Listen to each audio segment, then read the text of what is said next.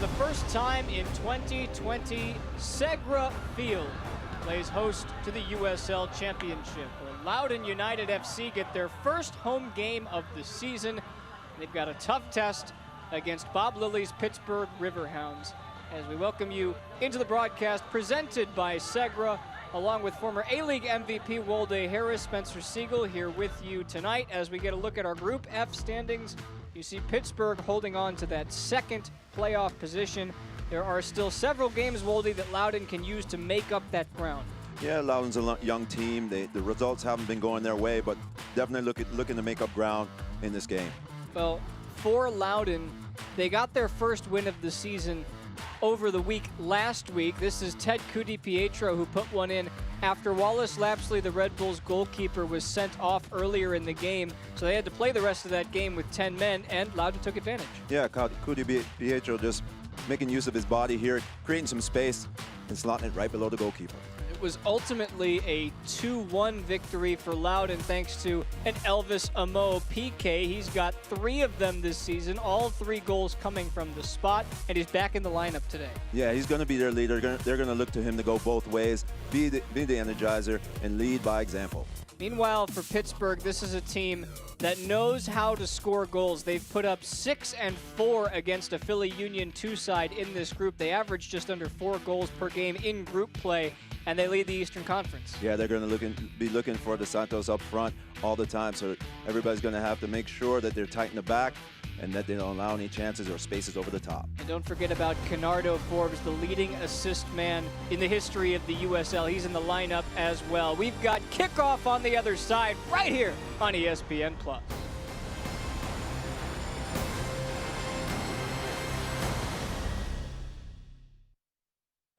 Hey everybody, please, if you get a minute, download the new Loudoun United app. We're very excited to unleash this for our first game this Wednesday here, and it should be an exciting new project that everybody's put together. So if you can, download the new app. There'll be different trivia games going on, as well as score predictions that you can put in and enter to win prizes for this one here. Hopefully you put that Loudoun wins. That would be a win for all of us.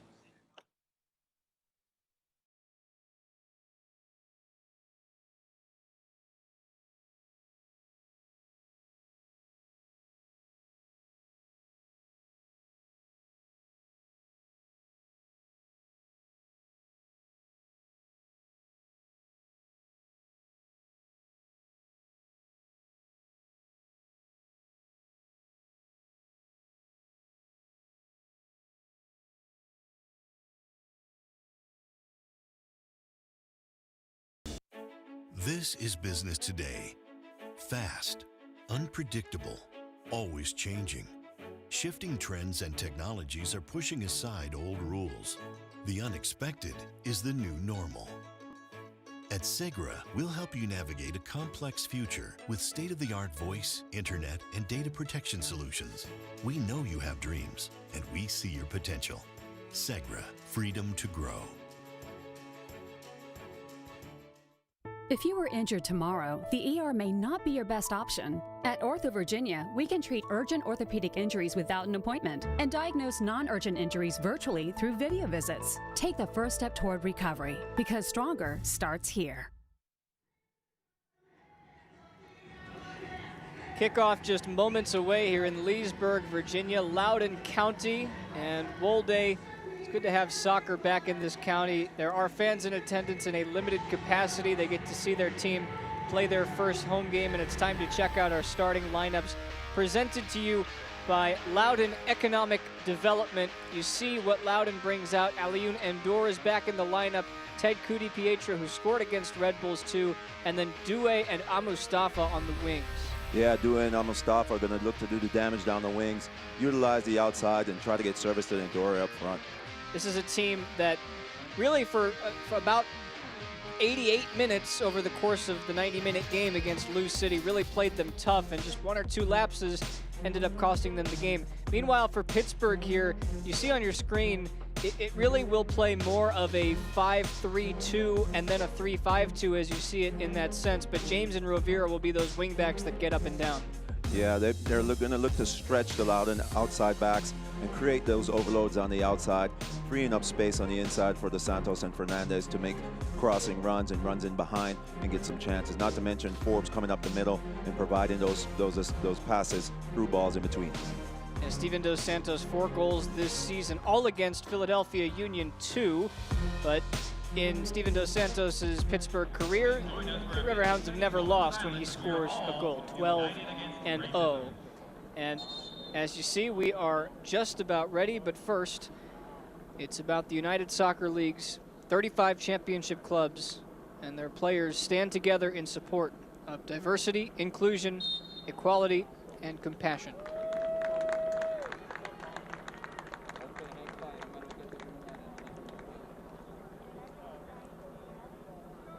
So Pittsburgh is in their black and gold. Loudoun wearing the red jerseys with the white sash.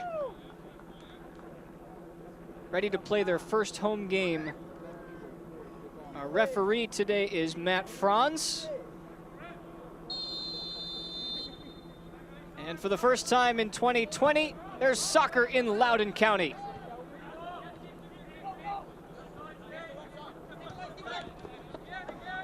Right away, we're ready to go with Dos Santos trying to feed Velarde, and Nelson Martinez able to cut it out.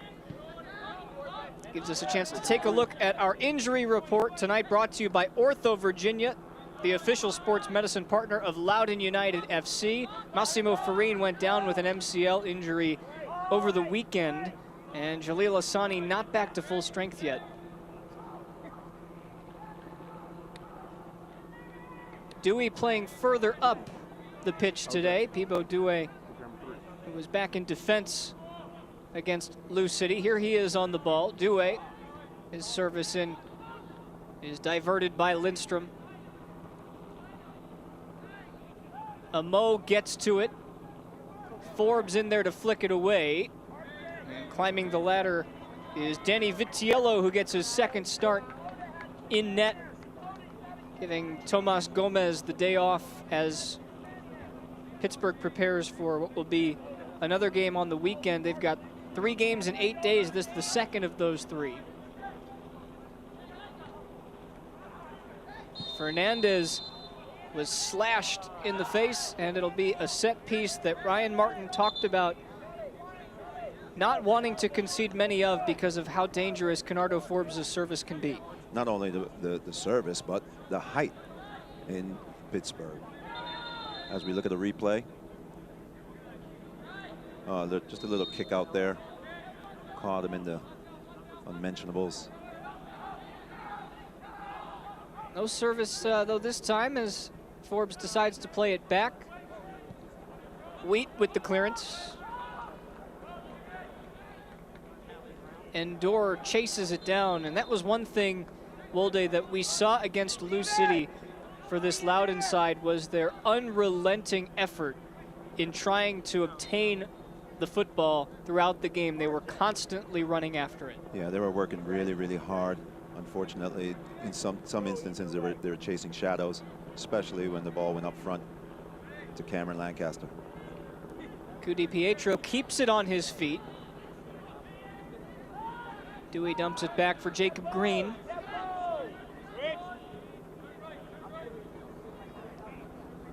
Timmy Mel.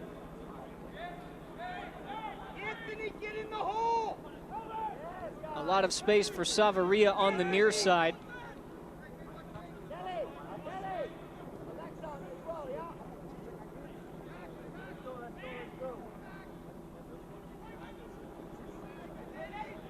It's a Loudoun team that last year ended up playing 12 games at Segra Field, though they didn't play their first game at this stadium for quite some time until it was ready. They started at Audi Stadium in DC, the home of their parent club, DC United.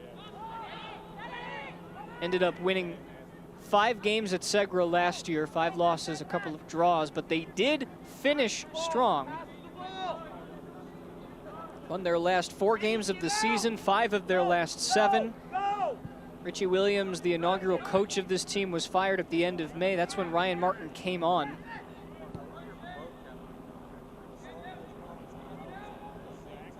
And Wolde, like many of these reserve teams in the USL Championship, there's a different sense of urgency because of the new surroundings and situations that these teams find themselves in, mainly that they don't have reinforcements from their parent clubs, as will be the case for Loudoun all year.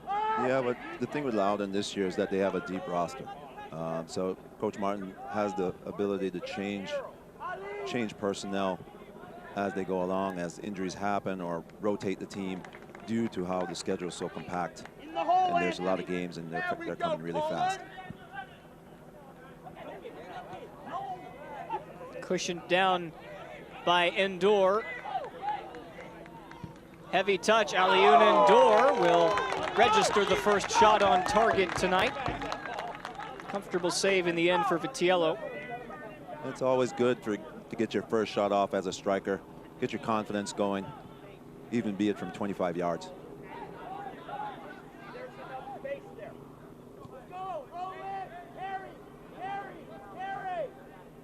Green.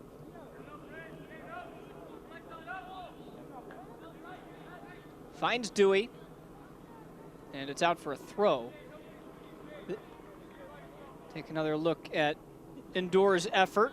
Able to scoot around some defenders.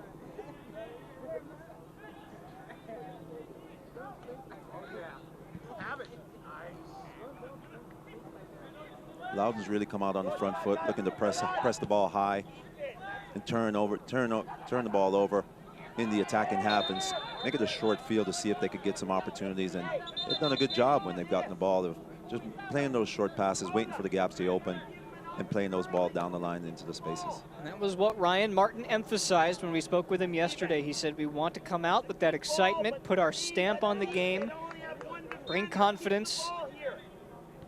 He said this team is not afraid after the way they played in the Louisville game. Ultimately, he wasn't happy with the result, but he was happy with the effort. You know, when you have the young teams, it's really all about being consistent with the effort. You know, mistakes are going to happen, but if you give the same effort continuously and consistently. Over the top, Dos Santos. He will get to it. Steven Dos Santos! Pittsburgh have the early goal, and it's the man who just can't stop scoring in Group F. 5 on the season. Yeah, interestingly enough, Spence, this is something that Coach Martin talked about. They wanted to press the ball high, deny service over the top for Dos Santos, but unable to get pressure to the ball here. As you see, alone in the midfield, just played it over the top. Miller's unsure whether to come or to stay, and Dos Santos just sweeps it with his left foot right underneath. 1-0 Pittsburgh. It's his 5th of the year. It's his first goal against a team other than Union 2. And if you recall, about 7 minutes ago, I said that Pittsburgh is undefeated in games that he scores a goal, 12-0. Not just undefeated, they've won each of those games. The Cape Verde product, the only player from Cape Verde in the USL. Second season with Pittsburgh. Boy, has he been a helpful hand at the top, and now Pittsburgh are looking for more. They want to run with it. Cudi Pietro got the ball. As Velarde was taken down, he thought he was fouled. In the end, it's a nice defensive play. Well, from our angle, it did look like a little bit of contact there for a foul, but the referee has a better vantage point than we do. Just going back to that goal, Spence, kudos to Martinez for having that heads-up play to play that ball over the top. Seeing the run of Dos Santos very early. And just like that, Loudoun, who were on the front foot, they came out aggressive. As you get another look at Cudi Pietro, that's questionable at best. And all of that effort in the first 6 minutes, and they're down 1-0. Yeah, well, that's football. The ball's round. It could bounce anyway. You just got to do the best you can, keep things compact, and make sure that you communicate, especially in the back. You're supposed to get beat over the top from 40 yards, from 60 yards, actually. One back by Mustafa, who makes a sprinting, surging run down the right side. Instead, Endor takes it on himself. It's still Alioune Endor, and he hits the side netting. I'm pretty sure he's disappointed. He's going to want that one back. But more disappointed than him would be Mustafa with it wide open on the right-hand side. Endor looking to go himself. Shoots it into the side netting. Watch when Mustafa wins this ball back. It's like he's running a 100-meter dash. My goodness, look at that speed. And this is what Ryan Martin has talked about. The final touch, the last piece of quality, everything was right until that moment. Yeah, also the vision. I mean, if your teammate's wide open, it's a 2v2 situation. He's running into the space, just lay it into the space for him. He could hit that far post and it's 1-1. Decided to go himself. Unfortunately, hit the side netting and didn't bulge the under bag.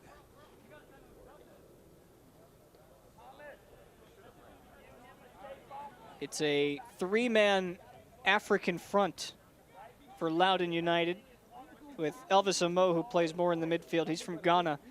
Endor, product of Dakar, Senegal, and Mustafa from Niger. Ryan Martin shared a fascinating story about Mustafa and his travels just to get here from Africa.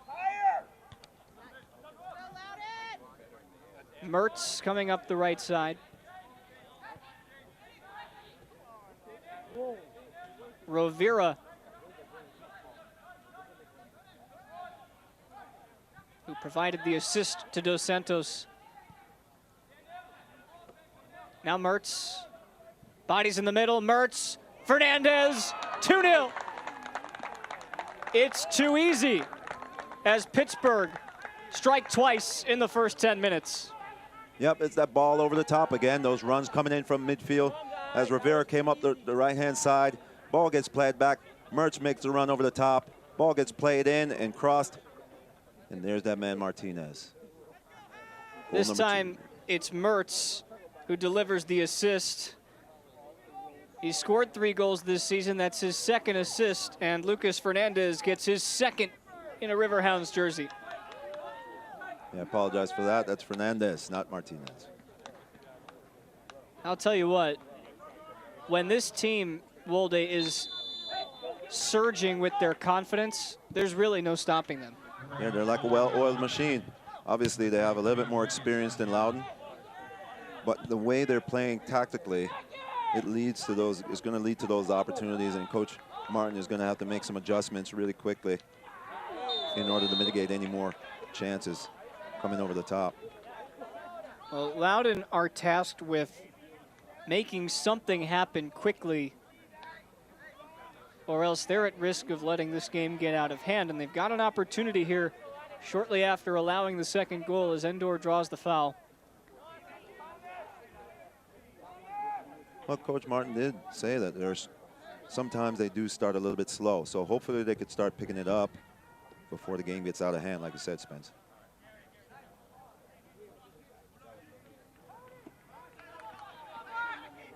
DiPietro has several bodies to aim at. He whips it in. It's cleared away by Venkayazil. Recycled back to Green, and now Savaria.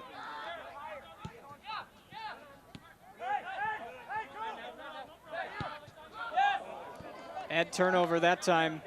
Fernandez will run. Instead, turn it back as Loudoun get back defensively.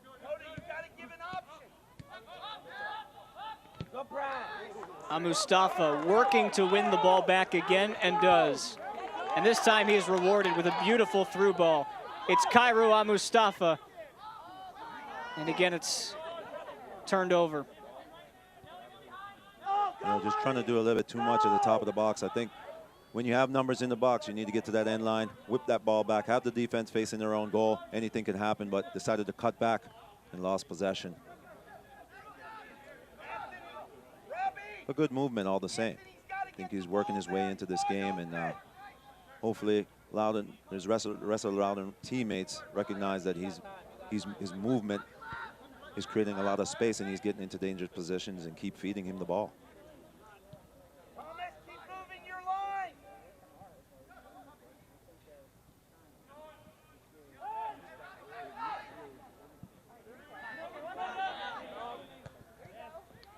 Savaria bumps it forward. Looking for the feet of DiPietro.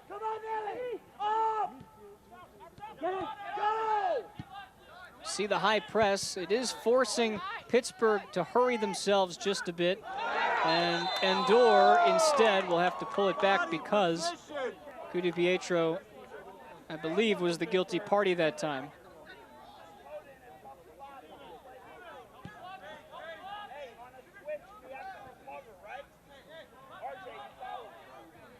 Ryan Martin was encouraged after that win last Wednesday against Red Bulls 2. He called it a professional win. More bodies in the middle for Pittsburgh.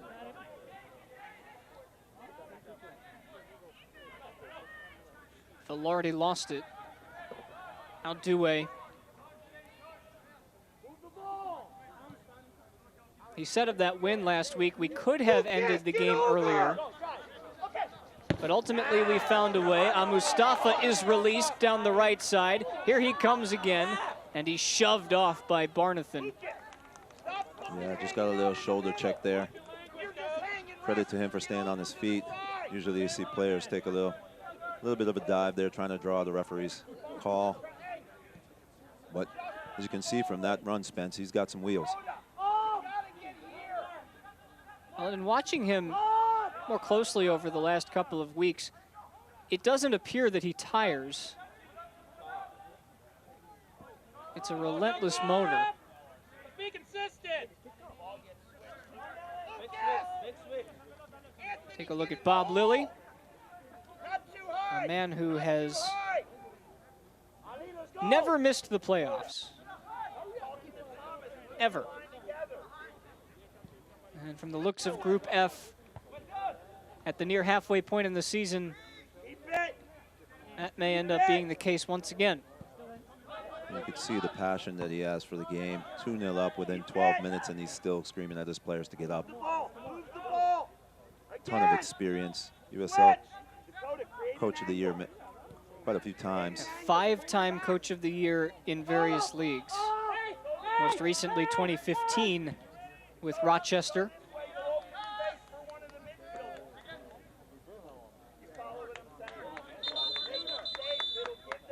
"19 years as a head coach." Talk about an endless motor.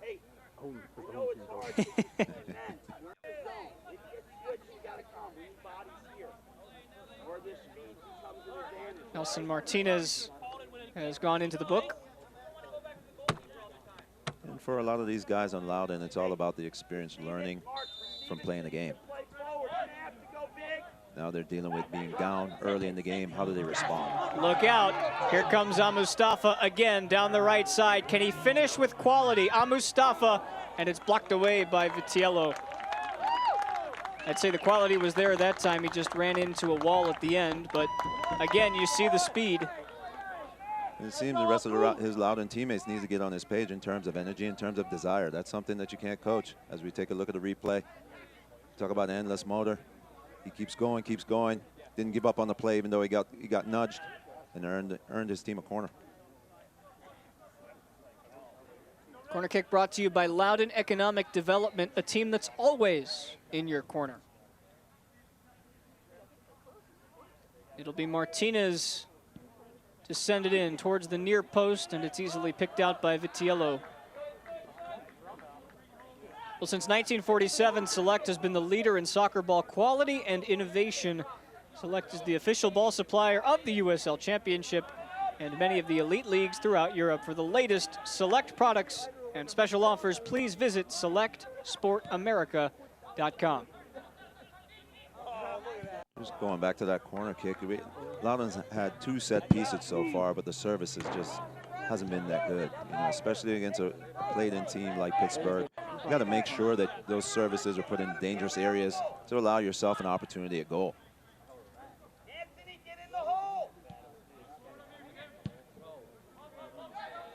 Mel sends it across the way. Back to Vitiello, who calmly sends it to Rovira as Pittsburgh plays on. And Canardo Forbes will make a run down the right-hand side. Here's Velarde with space and options. He picks out Mertz.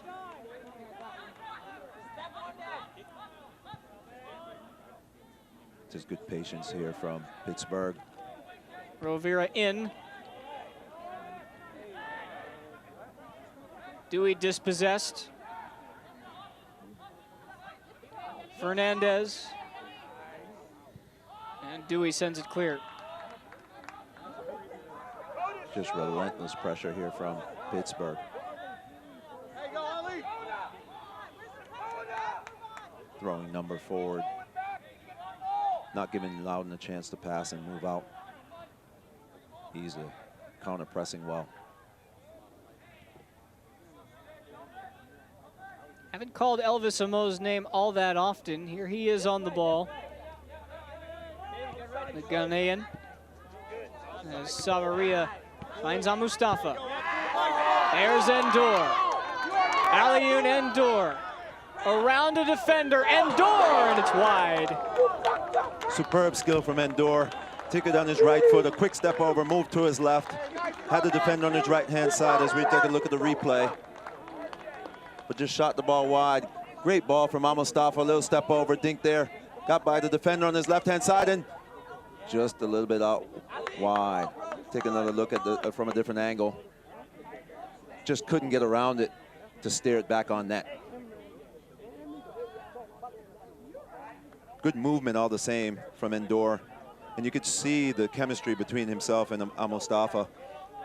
It'll be interesting to see as the game progresses if they can combine some more and even get behind the Pittsburgh back three.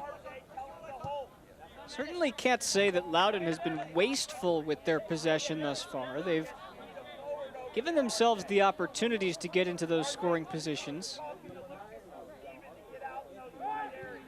But also the help is slow in coming. I mean, there's been good opportunities to make from down the right-hand side. And Endor has gotten himself in really good positions, but there hasn't been any numbers going up there. It just seems like the two of them are on an island. Need more numbers, get the other side going. Dewey.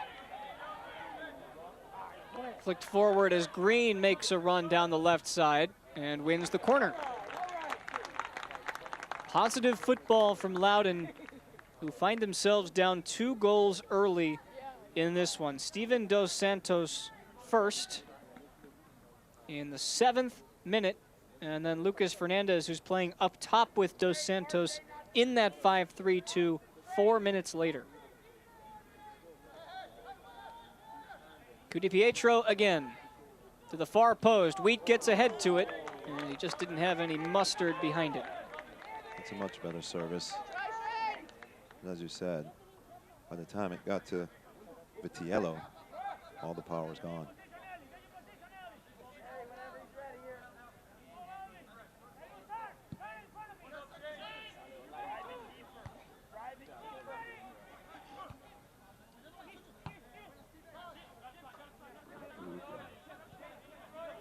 This game has had a good flow to it, back and forth. From an offensive standpoint, we've seen a lot of chances as Forbes flicks it over the top, but it's too far and out for a goal kick. Perhaps a product of the fresh bodies that are on the field for both sides. There are, of course, 22 men on the pitch in tonight's game, and 11 of them are new starters from each of these two teams' games over the weekend. Yeah, not only that, Spence, but here's Mustafa. He has a habit of interrupting people. Back for Endor, blocked by Barnathan, still in play. Mustafa, and he was offside. not only that, but when the first goal comes within 8 minutes and the second goal comes within 12 minutes, it's going to force you to come out and play a little bit more. So if you look at the replay here on Mustafa going down the right-hand side, attracting the attention of 3 Pittsburgh Riverhounds. Lays it back for Endore. Tried to put his foot through it, but then again, too many numbers around the ball, got blocked. Well, Kaira Mustafa came from Niger and had signed to play with Loudoun this season prior to the start of the year and got his visa to come to the United States just before the pandemic hit in March. He had his visa and he was ready to come. And once the pandemic hit in full force, Loudoun and the club said, you know what, it's best right now if you just stay in Africa and we'll settle this and figure this out when it's time. Ultimately, as the season was then restarted, it became a problem for him to get to the United States. He had trouble getting on flights. He had a flight booked out of Niger, his home country, but all flights in that country were then subsequently canceled at the beginning of July, not just to the US. So we had to find an alternative route. And I don't know how great your African geography is, Wolde, but he had to get to Togo. And to do that, he had to take a 24-hour bus ride, then a boat, then a plane out of Lomé, which is the capital of Togo, just to get here. You can't say he didn't have desire. And that's something that you can ask any coach. You can't coach that. You can't teach that. You know, and he had the desire to get here, and he found the way. He was very clear, Mustafa was, if you get another look at the injury. It's Martinez. Any contact might have been minimal, albeit painful. Just looked like he got stepped on there.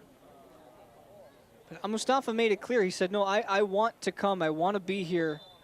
And now that he is here, he's really making his mark. Been very active, very dynamic in the first 26 minutes of the game. Created a couple of half chances, a couple of full chances, one for Ndore. How many 24-hour bus rides have you been on in your life? 0. Cumulatively, maybe not, but in one day, look out. Ndore is behind everybody. It's Alioune Ndore. Can he finish it? No. Tried to chip Vitiello, and he was wise to it. Yeah, best chance of the game for Ndore so far. In one-on-one with the keeper and just tried to lift it over Vitiello. But he stuck out that right palm and just swatted that one away. And again, Loudoun are in behind. Mertz tries to turn it upfield. Mel is fouled. And it's another chance gone to the wayside. This ball gets threaded through, and Ndore is on it. Pressure's on his back.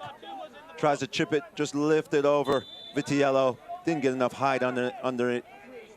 The reactions of the fans in the background tell the story. I think every single one of them threw their hands to the sky. Personally, I thought he was just going to run the keeper, just dribble around the keeper with the speed that he has, with Vitiello coming out with the speed that he did. Thought he was just going to push it into the space, run around him and tuck it, but tried to lift it over and just didn't get enough air under the ball. And there's really no wrong decision at that point until it either goes in or doesn't, and then it becomes the right or wrong decision.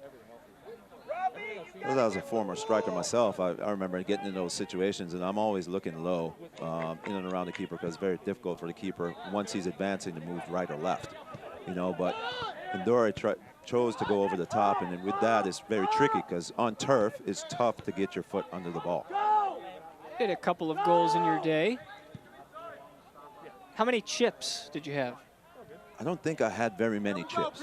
Maybe one that I can remember in Columbus.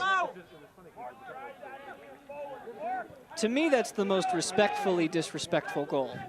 Because if you're a keeper and you get chipped, I could tell you from experience, they don't like it. Keepers despise that. I've done it in practice quite a few times, and you know,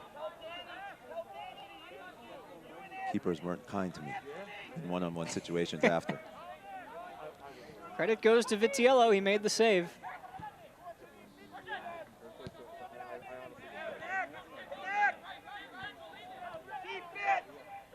Just love the way how Coach Lilly has his outside fullbacks just bombing on and getting into the attack and being dynamic inside, outside. There's James jogging, trotting back to his position. He was in the middle of the field in the 10th position. He's a left back or a left wing back in this formation.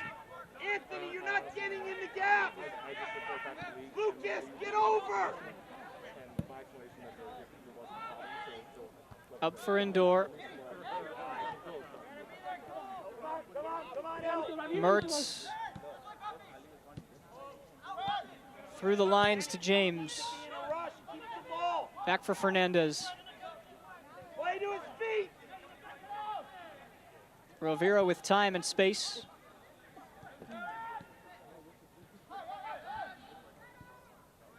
Forbes, Come deeper, RJ. the quarterback. RJ, you should be getting that ball. Make them travel and then switch it. You can hear Bob Lilly coaching his side. Now switch. Now switch. Well, you can hear him saying now switch, that after they've maintained possession and moved Loudoun to one side of the field, he wants them to switch that ball all the way to the other side where there's space, so create a 1v1 or 2v1 situation. But obviously players on the pitch saying, hey, let's control the tempo and move it a little bit more. You see how wide Pittsburgh are playing. That was something he emphasized against a similarly young team in Philly Union 2. He said, Philadelphia puts a lot of guys into the middle, so we really want to work by switching the field of play as much as we can. He implemented that strategy, and the team went out and scored 6 goals. Well, especially against a young team, you know, it's very difficult to stay organized and compact. You definitely have to have a lot of leadership, vocal players on the field to move people around and stay together, especially defensively. And against a more experienced side, it becomes increasingly difficult when they change the point of attack. That should take us to our first hydration break, which will give us a chance to reset here at Segra Field. First home game for Loudoun this season. And although the first 5 minutes were mostly Loudoun United chances, it's the score on the scoreboard that makes the difference. This is a ball from Daniel Rovira to Steven Dos Santos, and it's 1-0. Yes, Rovira just saw Dos Santos running off the shoulder defender, laid it over the top. Dos Santos with a left foot, struck right at the goalkeeper, but with enough power to get underneath him. That came in the 7th minute, and then 4 minutes later, this is the 11th. Mertz, Fernandez, not pretty, doesn't need to be. Yeah, Mertz, ball gets played over the top, runs onto it, and like any good forward, looking for that near post, all you need is a little slight touch. It's in the back of the net. Pittsburgh had a 6-game winning streak on the road dating back to last year before they experienced back-to-back losses in their last 2 road games. It was a loss at Red Bulls 2-1 that came right at the death. It was Derry Corf in the 95th minute. And then most recently, a 1-0 loss at Lucas Oil Stadium to Indy 11, who have now beaten Pittsburgh twice this season 1-0, both on Tyler Pasher goals. So that 6-game road winning streak is now a 2-game road losing streak.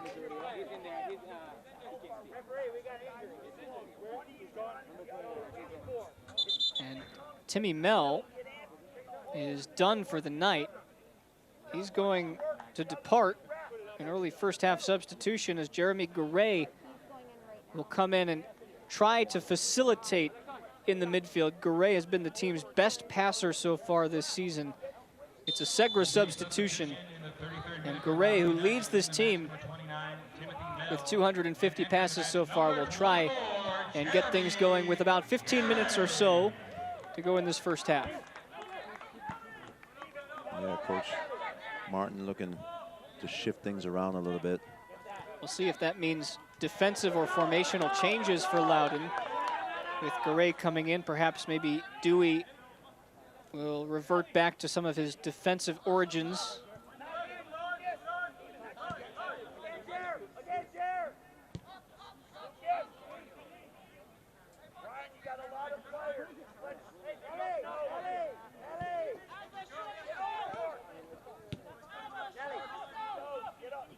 Like Martinez has slid out to the right, and Garay.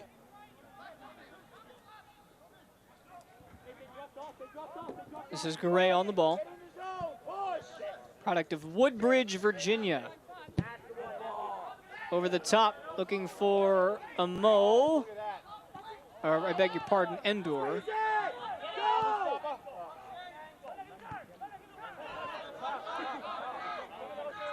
Woodbridge, Virginia, site for many years of the Washington Nationals minor league club, the Potomac Nationals. Again, Endor, he got his head to it, and he fouled Vitiello in the process. Who got the ball, sir? Who got the ball? You can hear the pleading going on from the sideline. We'll let you decide for yourself. Yeah, ball gets played over the top here. Just going up, try to win it before the goalkeeper. 50-50 ball. Could have been called either way, but. It's like holding in the NFL. You can call it on every play. This is true. Referee has a better angle than we do.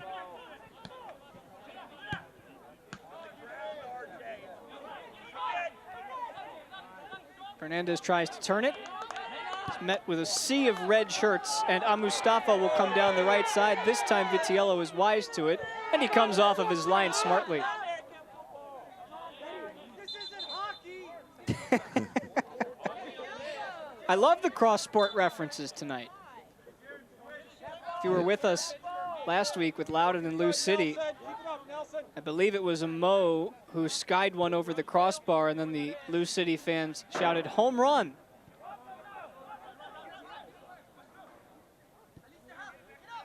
So I think that just leaves basketball for us tonight. All right. There's Martinez in a new position. Mustafa, beautiful ball in over everybody. It will fall for a Mo. Tries to keep it on his feet and then flicks it in the direction where only Vitiello can get it. Yeah, Loudoun's getting into good positions down the right-hand side and whipping in balls and whipping in crosses, but they're just not finding their targets. Getting that second half chance, but Pittsburgh's doing a good job of shutting it down. Getting numbers back behind the ball.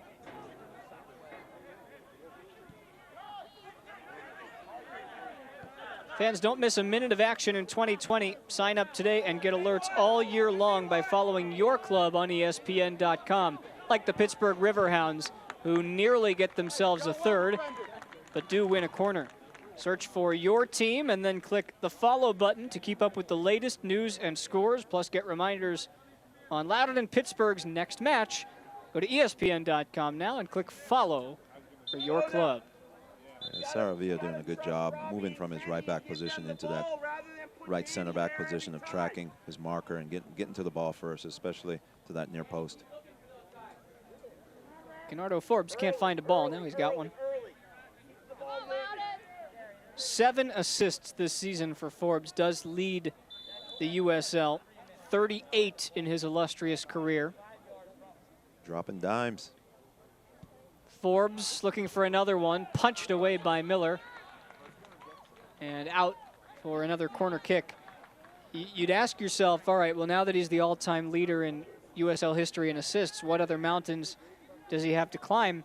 And the answer is that he's not yet the Pittsburgh Riverhounds all-time leading assist man. He's only got 24 in a Hounds jersey, only. Looking for 25, and Miller boots it. It's still around in the box and then cleared out. And Mustafa turns the corner. He'll turn and burn. He's got Endor to his right. He can't get around Rivera. Yeah, again, the numbers aren't slow coming.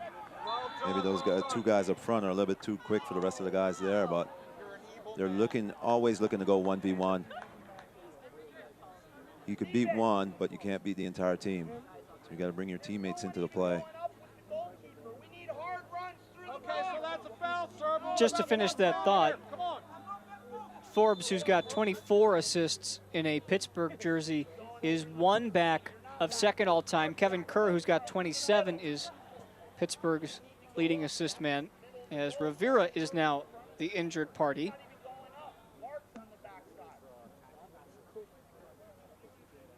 And Mustafa said he didn't do much as he chases after the ball. Towards the end of the play there, it looks like it catches him on the toe. Maybe caught a stud. just right on the top of the foot or the ankle. Those aren't fun. Very, very painful. Rovira, the Colombian. Looks like they're checking out his knee, actually. That could be an issue from the turf. Well, we've seen how this Riverhounds team scores now. 20 goals this season. Entering play today, they were 3 back of Phoenix Rising for the league's lead in goals this season. And you'd thought that they'd closed the gap. However, that's not the case because Phoenix has scored more than 2 so far tonight. 4 goals for Phoenix in a win over Galaxy 2, who are back on the pitch. Those guys, you just can't give them any opportunities. You got to limit them to playing outside. They come inside at all. Asante, Flemings, even a half chance, those guys are going to put the ball in the back of the net. Yeah, there's a juicy golden boot race heating up in the USL. You mentioned Asante, he scored tonight. You mentioned Flemings, he scored tonight. Santi Moar as well. 8 goals now for Flemings. Does lead the league. By the way, this is the 100th USL game since the restart. So congratulations on being a centurion in restart history.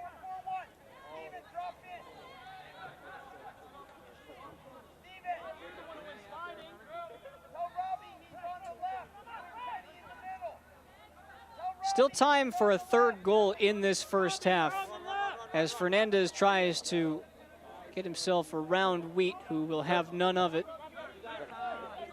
Next goal in this one, needless to say, will be a big swing in either direction. As Las Vegas takes center stage August 25th. And Lights FC take on Orange County SC. On ESPN Deportes, looking to maintain the pace in Group B. Both Vegas and Orange County face a must-win on the national stage. That is a minute of the drama, August 25th, 10 p.m. on ESPN Deportes.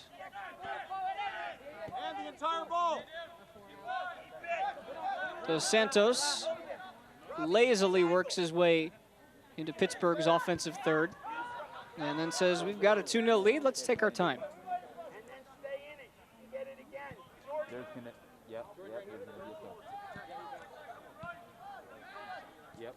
Do have word that Daniel Rovira's night will be done, so that injury is something to keep an eye on in the future. Jordan Dover will be coming on to finish this first half and then likely the game. Yeah, just unfortunate for Rovira there. Picked up a little knock. Hopefully it's nothing too serious.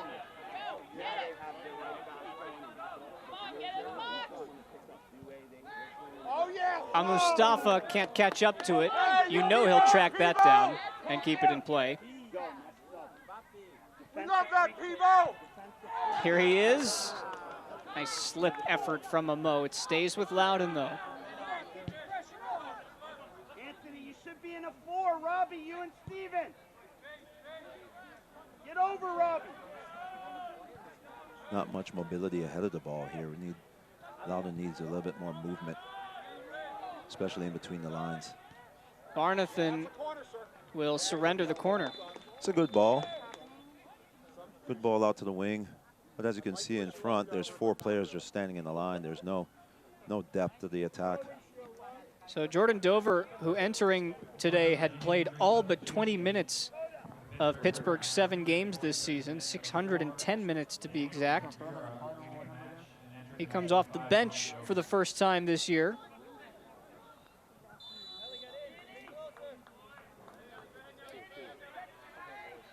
Garay's service. Back post, nobody there. They overcooked that one. And with Dover, who had played just about every minute this season, you've got Ryan James on the pitch, who has played all 630 minutes this year. So has Van Keazeel we're getting to that point in the season. I mentioned Pittsburgh's second game now in 8 days. You just have to find a way to give some of these guys their rest. Yeah, and I think that's what Coach Lilly and Coach Martin's doing today as well, rotating, getting different players in. Obviously, you want the continuity and you want to pick up points, but you also want to avoid injuries because there are more important games to come.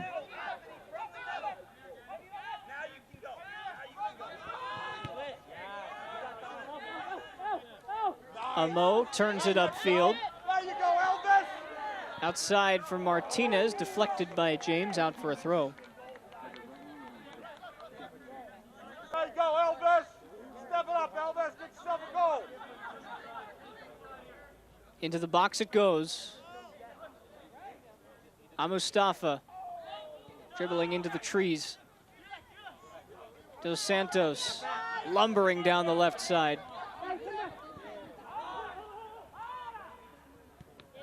James kept it in play and was fouled by Martinez. He's got to be careful. He's already on a yellow. Matt Franz reaches for his pocket. It's a second yellow, and his night is done. Loudoun are down to 10 men. Yeah, this just makes the job quadruply hard for Loudoun to come back, as Martinez has been instrumental in how they played coming out of the back. As you can see here, Dos Santos just holding it up. James coming up, just laid on the challenge. But this is the difference right here between Dos Santos and Mustafa. He held that ball up to bring his teammates into play, whereas Mustafa is going just 500 miles an hour, and it's tough for the team to catch up. Unfortunate there for Martinez. I'm sure he'll learn from this and kick on. Stoppage time for tonight's match brought to you by Ortho Virginia. It's 6 extra minutes, and as you said, Wolde, the task just went from hard to harder. Yeah, and with a team as experienced as the Riverhounds, it's going to be even more difficult for a younger team. But sometimes this could work in the other direction. They could get more energized and galvanize the team and work for each other here. See what kind of character they have. It's the first time a player from either of these two teams has been sent off this season.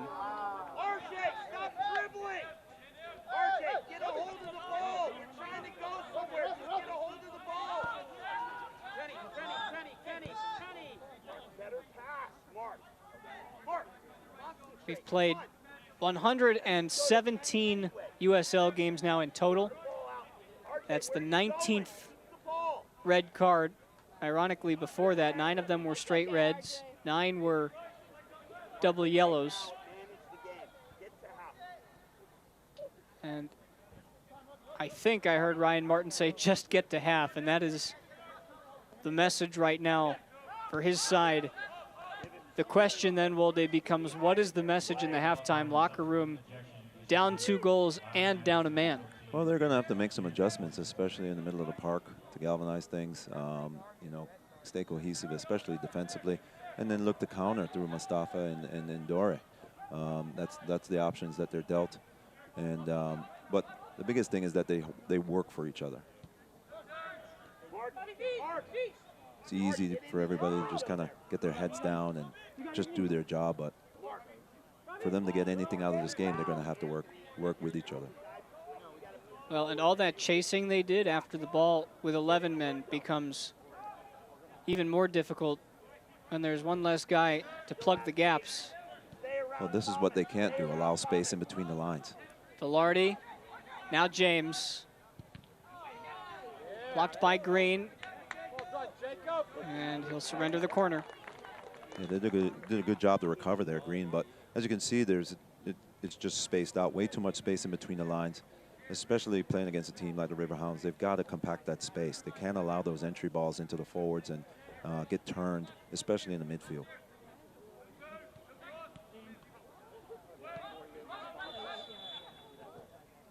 Santos in an offside position.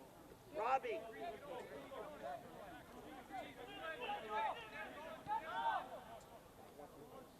Fans, if you're on the road and you can't watch the match, don't worry. Turn to Sirius XM FC, North America's only 24/7 source of soccer radio, featuring Ray Hudson, Tony Miola, and Rodney Marsh. Fans of the USL can now listen to the best matches of the week along with action from MLS, the Premier League, and UEFA Champions League. Sirius XM FC, channel 157 on your Sirius XM radio and the Sirius XM app.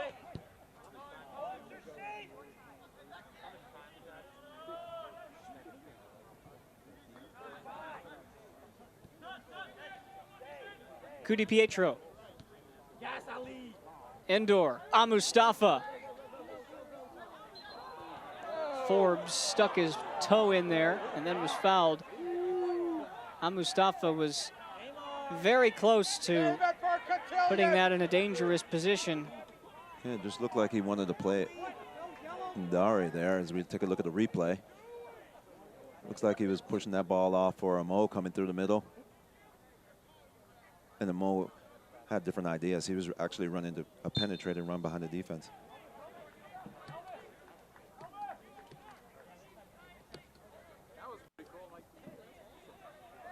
Just about 2 minutes left in this first half.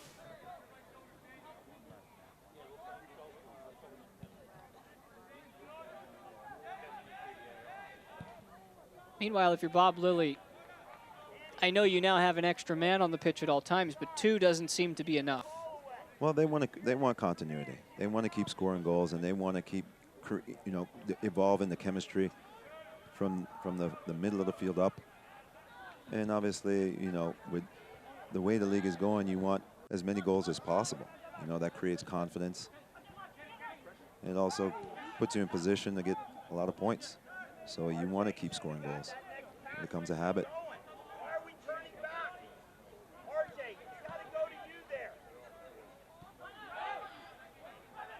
Mertz across the way for James.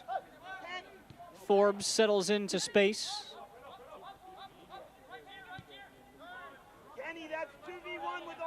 Dover's on the right side. Instead, Velarde can't get to it. Get clear by Savaria.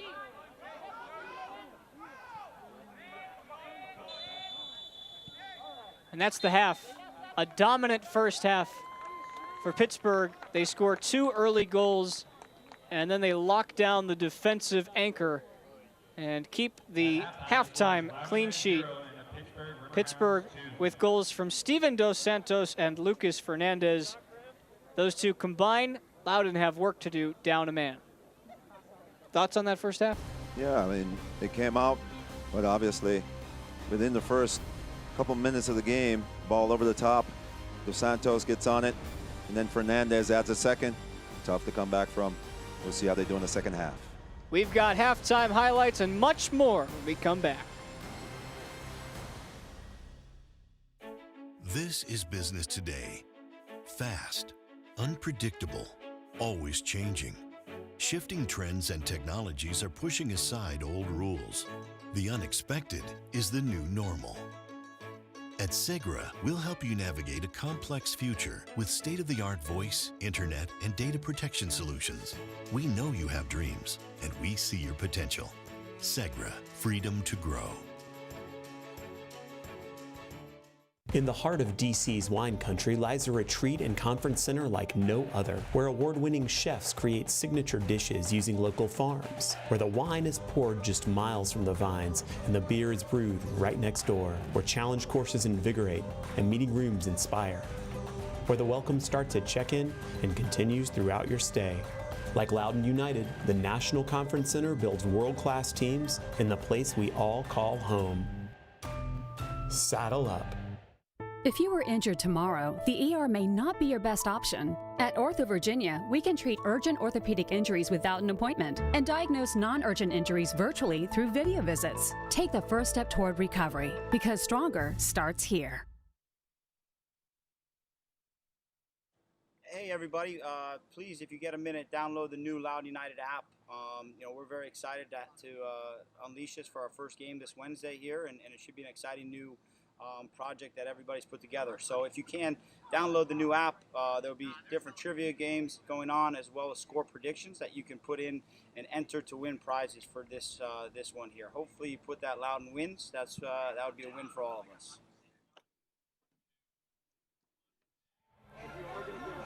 Halftime report brought to you by Segra here at Segra Field in Loudoun County. 2-0 Pittsburgh as they take the first half lead, and it's time to turn things over to some of the Loudoun players and their message on social injustice. What's up, guys? We're so excited to be back. We're doing lots of work on the field, but there's still so much more to do off the field. A lot of families still haven't seen justice for their lost and loved ones, and a lot of social issues are still prevailing right now. Just remember to make sure you inform yourselves and help out whenever you can, and everyone can help the fight. God bless.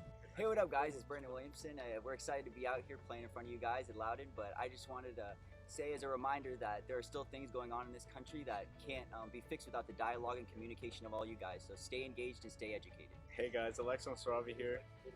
We thank you for all the support on the field, and we hope you guys support us off the field as we fight for justice and human rights. Thank you. As we return to play, just want to say thank you for all the support through all the social injustice and all the issues going on in our country right now. I think it's important that we continue to educate each other and speak on this topic and have open discussions. So from Captain P.O. Due, I just want to say thank you to all you guys who are supporting the movement.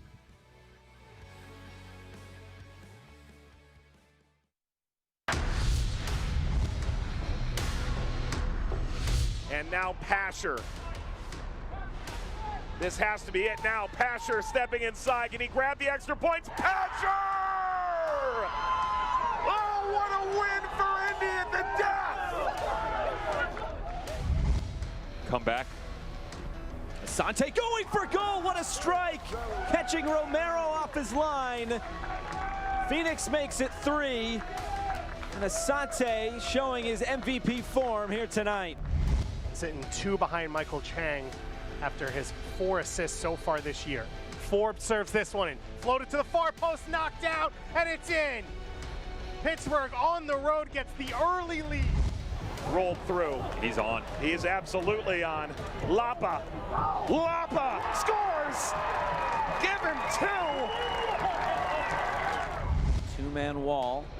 A lot of players occupying space right at the top of the 6. Lancaster, oh, was punched away by Morton. Well done by the St. Louis goalkeeper.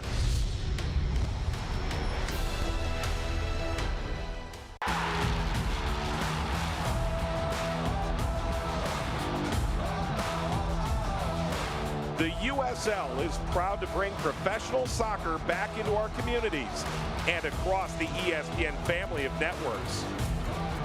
Follow your local club and don't miss these exciting matches coming up on ESPN2 or ESPN Deportes.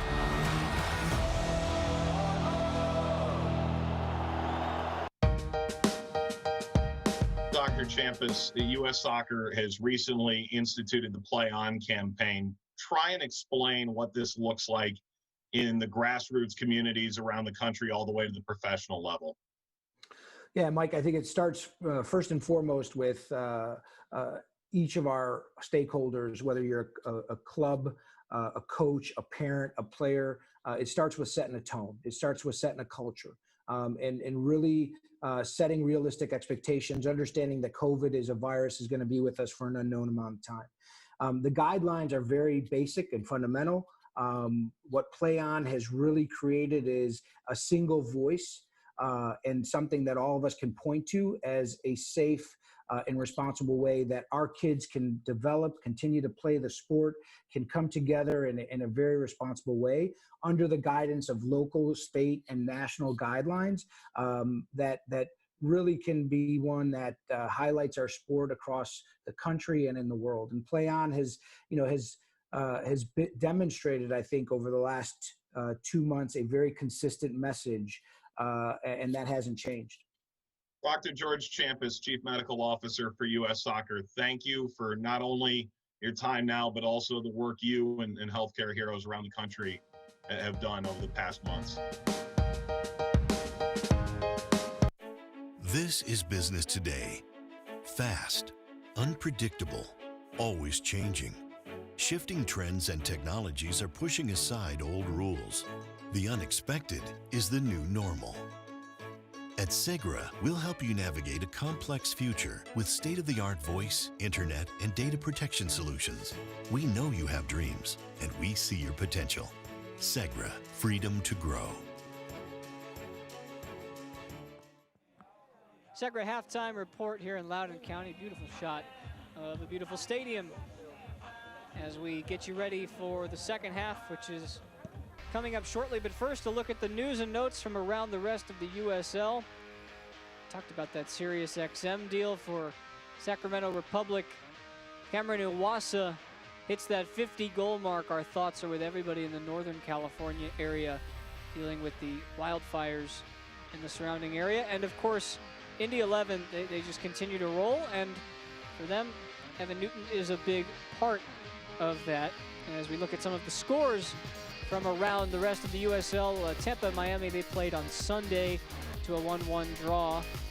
As you see right now, Miami still looking for their first win of the season, and they're deadlocked at 2 with Atlanta United 2, North Carolina and Charleston also at the half. Neither team able to get on the board. And looking ahead to games going on over the weekend, Pittsburgh in a big battle with St. Louis, Hartford, and Loudoun will meet on Sunday. And if Red Bulls 2 want any chance of making the playoffs and finding their way into the top 2, they're going to have to get a win over a young Union 2 side. And that will take us to our final break, but when we come back, the second half is on the other side. We're happy to have it with you here in Loudoun. 2-0 Pittsburgh. This is business today. Fast, unpredictable, always changing. Shifting trends and technologies are pushing aside old rules. The unexpected is the new normal. At Segra, we'll help you navigate a complex future with state-of-the-art voice, internet, and data protection solutions. We know you have dreams, and we see your potential. Segra, freedom to grow.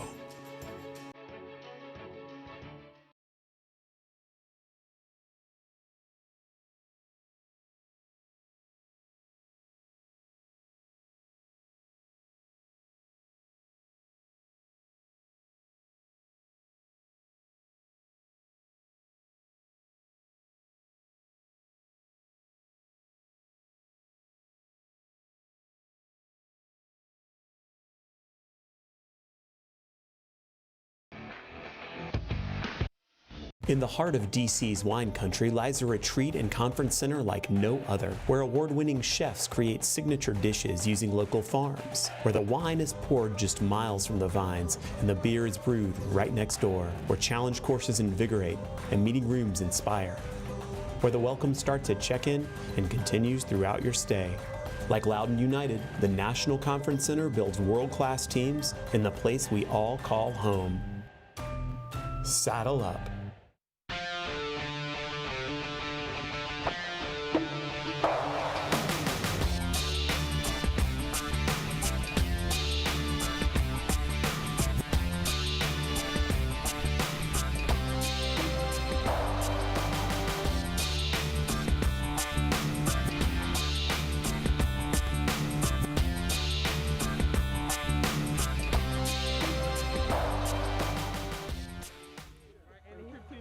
Time to take a look at our halftime highlights, brought to you by Segra, as we get you ready for the second half. But here in the first half, it's Pittsburgh's 2 early goals.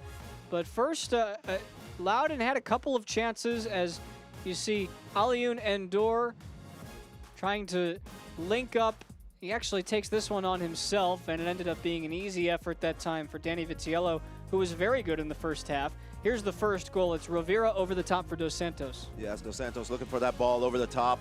Gets on it, whip that left foot around, and it's right underneath Miller. 1-0 Pittsburgh. And they wouldn't stop there either. Dos Santos' 5th goal of the season. And Lucas Fernandez got the start at the top along with him today. You see Lindstrom playing this ball over the top to Robbie Mertz, who then finds Fernandez, who trickles it in. Yeah, right place, right time, getting to that near post. Mertz making a run behind the defense, looks up, sees Fernandez going to the near post, slots it in, far post, 2-0 Pittsburgh. Yeah, and for Loudoun, the chances did come hard and fast in the first half. We've talked about how they need that final piece of quality. Kairu Mustafa, he was the leading force. Yeah, he's been a thorn in the side of Pittsburgh. and you know, getting into good spots. Just unfortunate not getting any shots on goal, but he's been very, very active in the first half. And you see how quickly they come, right? First a 17th minute chance. This is Mustafa leading in for Endor, who puts it just wide. And we've talked about this. You can keep showing some of these, right? At some point, these are going to come through. It's just a matter of when can you get your head around it. Yes, the Endor running through here, getting the ball 1v1, try to chip the keeper. But Vitiello just getting a paw to it. And the big moment that we didn't show you was the red card that Nelson Martinez picked up. It was his second yellow of the night. He picked one up early in the game, and then a hard challenge right before halftime. It was about the 45th minute, and now you see that possession game, which Loudoun held their own in this one against Pittsburgh. We should look in the second half to see just how lopsided it can get as we transition and take a look at the upcoming schedule for Loudoun. Hartford is another tough test.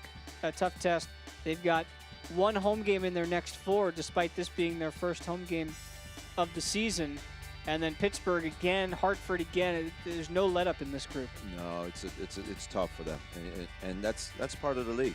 You know, so they're going to have to mature really quickly and look to get themselves together, stick together, because the road is going to be bumpy, but. And meanwhile, for Pittsburgh, they seem to be holding tight to that second playoff spot. And as you look at this schedule, there are tough games out there. I see Hartford, I see St. Louis. There are winnable games out there as well. Red Bulls have not had the best year thus far. But I think Bob Lilly, they're thinking about winning this group, and there's no other option for them. No doubt in my mind.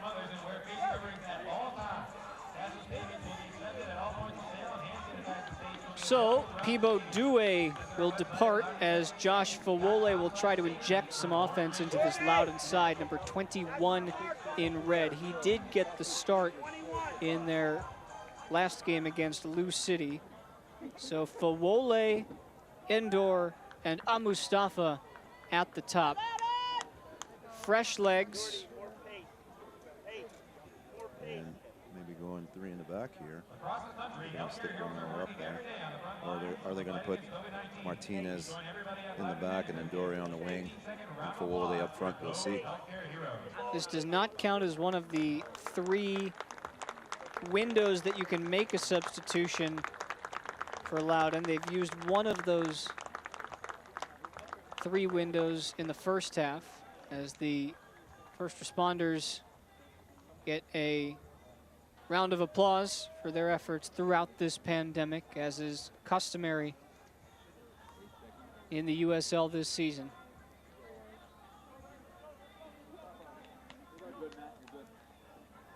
We're adding more speed up top here, Spence, with Fawole.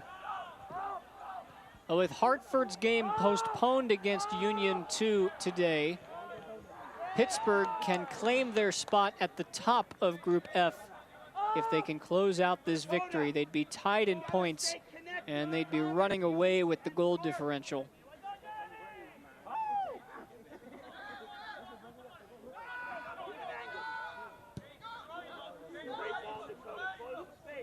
Spencer Siegel here with you, along with a man who boasts 1 fewer goal in his MLS career than Zlatan Ibrahimovic, Wolde Harris. I don't know where you come up with these stats, man. I do my research. Zlatan only played for 2 years, though, in the MLS.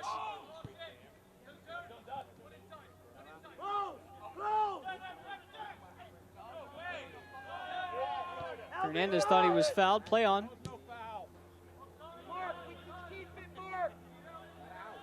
Avaria will shepherd that out of play.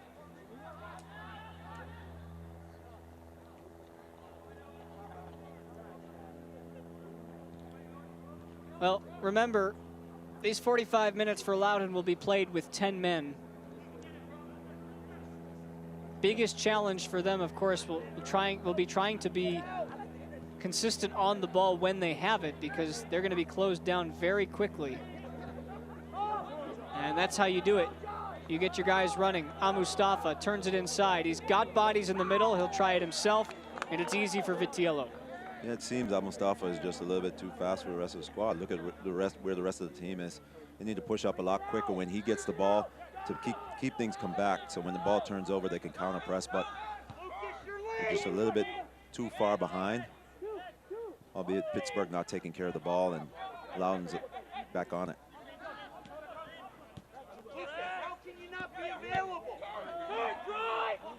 Amo has room to run. Keeps it on his feet. He wants the whistle. Matt Franz doesn't oblige. Yeah, the referee has a better angle, but from my point of view, it looked like he probably has the right to call for a foul there, or at least petition the referee for a foul.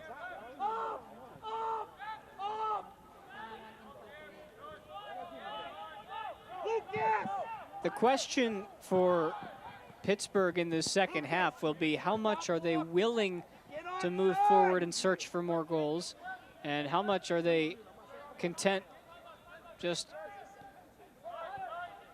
keeping themselves on the ball like this, not posing a huge threat, taking their time. Dover is fouled by Green. Yeah, I don't think Coach Ryan Martin would want his team to sit back. Obviously, they're younger. They're younger than their counterparts, but he wants them to play.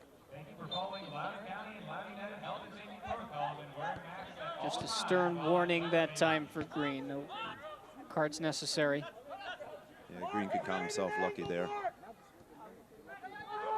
Different score, different time. Maybe he would have seen yellow.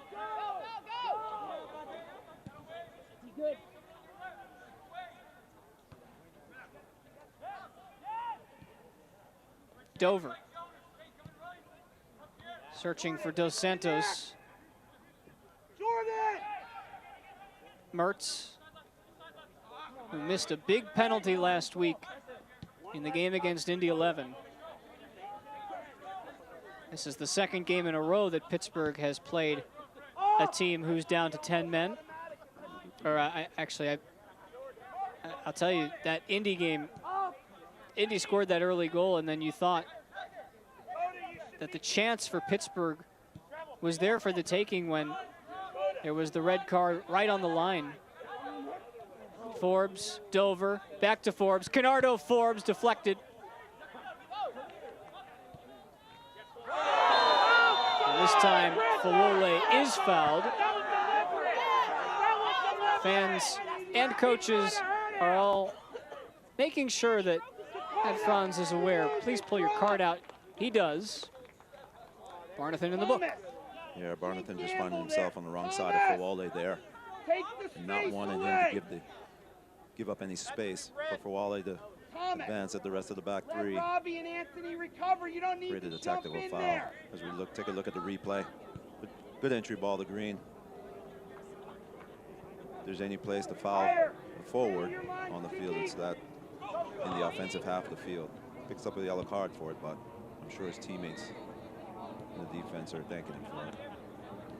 Cudi Pietro, who has the only non-penalty goal for Loudoun this season. Not this time. That goal for Cudi Pietro came in the win against Red Bulls 2, and as Green gets another talking to. Well, Green's saying to the referee, hey, I received a yellow card for the same type of foul. Why doesn't he get a yellow card?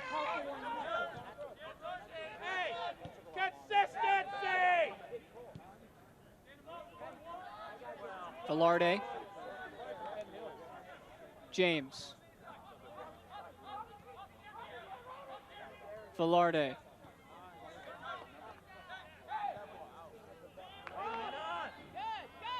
Endor and Mustafa. And Endor clips Van Keeziel. Loudoun are just searching for goals. That's really the bottom line. It won't be any easier with 10 men tonight. 4 goals this season in 5 games entering play tonight. That was tied for the second fewest in the USL. All 4 of their goals have come either via the PK or Cudi Pietro's right foot inside the box. Yeah, credit to Loudoun so far. They've been working really hard, especially on the defensive side of the ball. They just need to transition to attack a little bit quicker and get more numbers in attack. Mertz can't keep it in. Try to toe the line there, Mertz. Coach Lilly still coaching hard. And he knows he'll see this Loudoun team again this season, several times, in fact, because they are in the same group. And earlier this year, he talked about having that familiarity and the necessity to make adjustments, almost like a playoff series.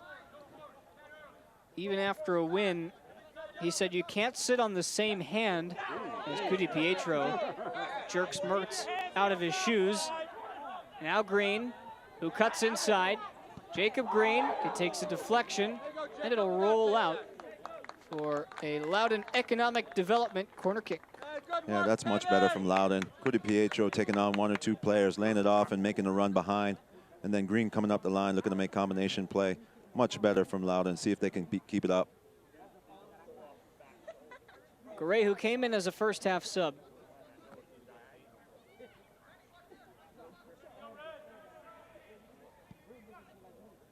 The back post, Vitiello may have gotten a paw to it, so it is out once again. Another corner kick brought to you by Loudoun Economic Development, a team that's always in your corner.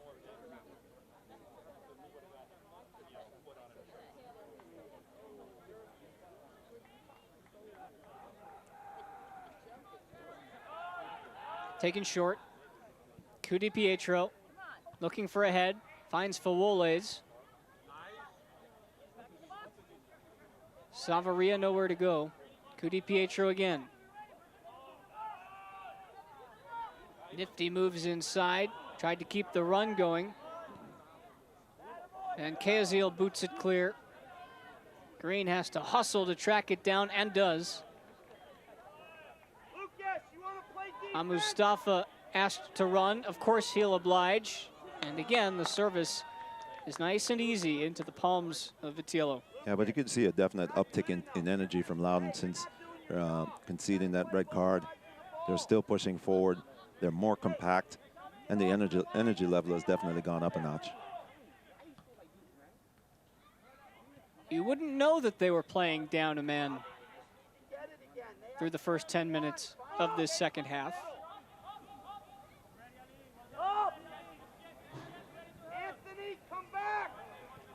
On the other side of the coin, it looks like Pittsburgh has actually taken their foot off the gas a little bit. They're passing the ball around a little bit more, but not looking for those deep penetrating passes as they were in the first half. Not as much anyways. Endor intercepts. One right back though by Forbes. Dover along the right side. Forbes slips Dover inside. It's Dover, and it's cleared off the line. Tell you what, Endor got to be careful. He's towing that line, receiving the card, just leaving his body in, leaving his foot in to those challenges just a little bit too long. Forbes, Mertz, Fernandez. Dover was offside.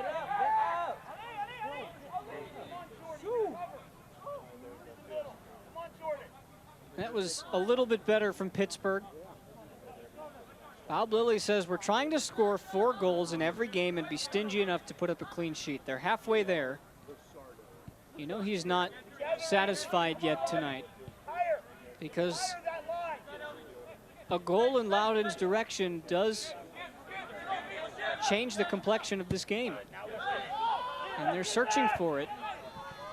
Fawole gets to it. Got a lot of bodies to beat. Endor scoots to the byline. And Keazil knocks it out.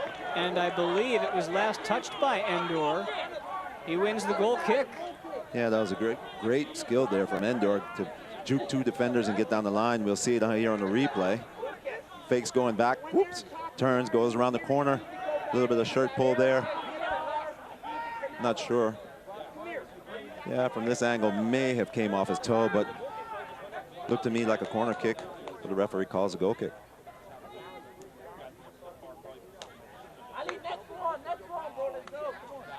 Adding insult to insult on that one. Yeah, but you can see the individual skill of these players that are up front is just need to move and play together. A little bit more interplay between Endore and Fawale and Mustafa, and maybe they can open up things. But individually, it's easier and predictable to stop them. You just have to double team or just make them pass the ball back, and that's it. Mertz's shot deflected, and it hit a hand. It's a yellow card to Wheat. It's a penalty, and Pittsburgh have a chance to put this game to bed. It depends where this red card came, or I beg your pardon, where this handball came, as Matt Franz, no, it's just outside the box. So it'll be, and you can see the chicken wing that Wheat put up in the back there. It's the right call, but it's not a penalty. Yeah, you have to think he knows what he's doing here. He's turning away from the ball, but his hand comes up in that unnatural position. Ball hits his hand and denies the ball from going to goal. Referee in the right position makes the right call. Are you guys ready to go? Yes, I mean, we won't be here. I'm going to go with you guys right here. Let's go, Michael. Miller will set his line, the keeper, and in a dangerous spot with two dangerous legs hovering over the ball. It's Velarde. He'll leave it for Dover. Forbes, rather. And Fernandez. He had the ball and he kicked him. Come on. You've got to be careful now with these players. Game's starting to get a little testy. Yeah, with the team being down to 10 men and the game getting tougher and tougher. Loudoun trying to push forward and Pittsburgh trying to impose themselves even more. Oh, come on! Cards are coming hard and fast. Out they come again, Savaria.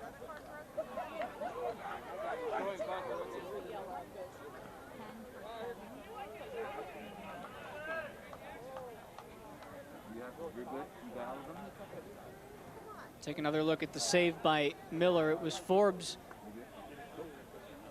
who gave it a ride, tried to go low. You can see the space that was available to him right there. That's a perfect angle. He just couldn't scoot it into the corner. Yeah, didn't get a full strike of the ball there. Seemed to top it and it kind of rolled. I don't even know. In the end, easy save from Miller.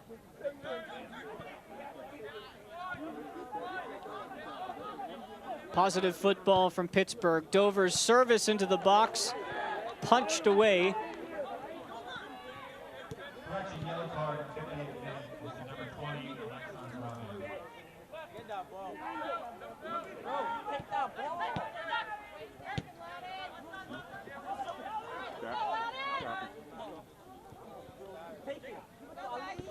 Green given space, feeds a Mo. Fawole making a run to his right. Endor lost it. Fernandez wants to go. Velarde was trying to slow things up. Connect. Can he get a hold of it?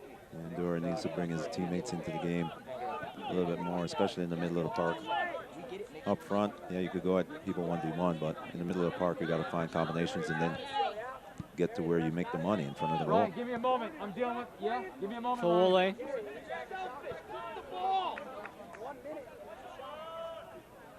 We're expecting a triple substitution for Loudoun. That will be their final 3 subs of the night. Coming, Thomas. Help him. Green is asking a lot of Endor.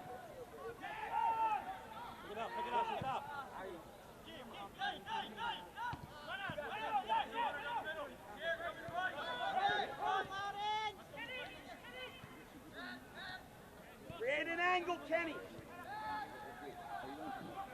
Yeah, Pittsburgh just need to put their feet on the ball here and knock it around and get a bit of possession under their belt. Well, the 2 goals came early, 7th and 11th minute, and since then, they haven't really had prime chances to grab a third, which is keeping Loudoun in the game.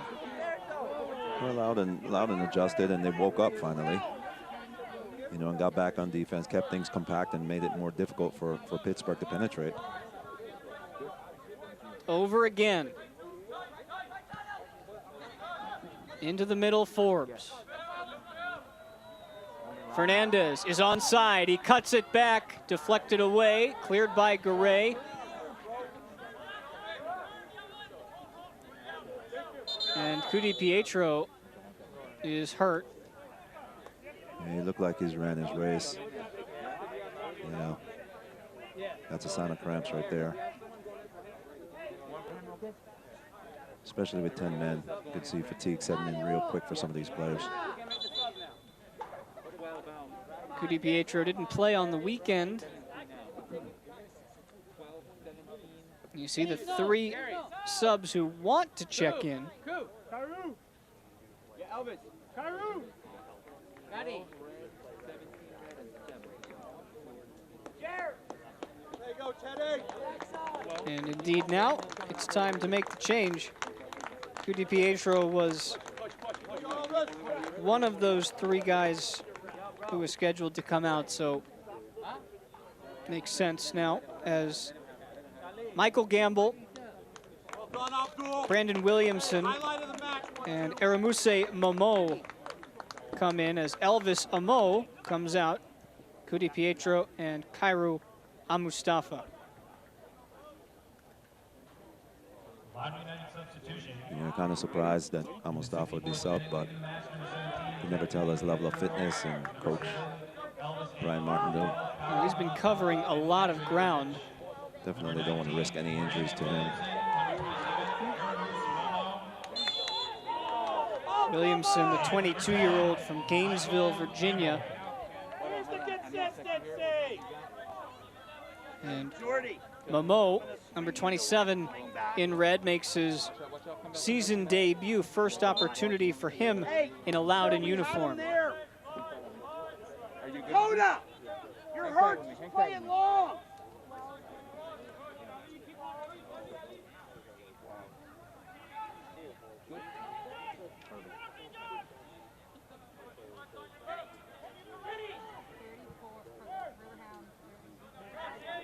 Still time in this game. Mertz. Lucas, I want the ball. Cleared by Momo. Coda, drop. Coda, drop. Now Green pushes forward too much as Van Keziel sends it skyward.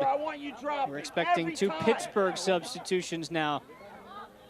You see Skylar Thomas getting ready to check in. Bob Lilly not done coaching. He's never done coaching.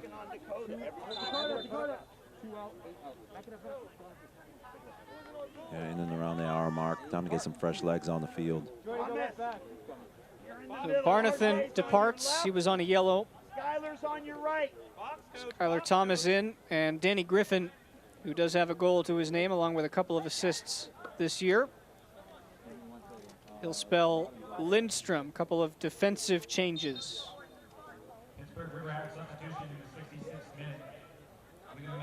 So bringing Lindstrom out and Griffin in is a sign that they're not done trying to score. Griffin can be really good at getting into those little pockets between the midfield and final third. It looks like Coach Lilly's gone to a more traditional back 4.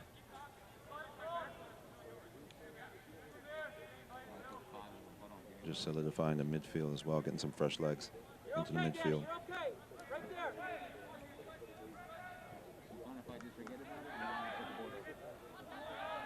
Fawole wins it back, keeps his balance.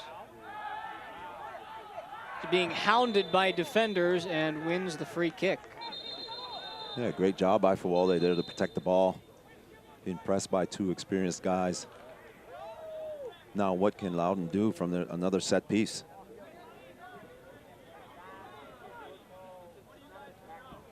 Well, since coming in, Garay has been the free kick guy. Although Gamble, who just checked into the game, can send them in as well. Most importantly for Loudoun, it's about getting bodies into the box. and quality service. Gray. Not bad.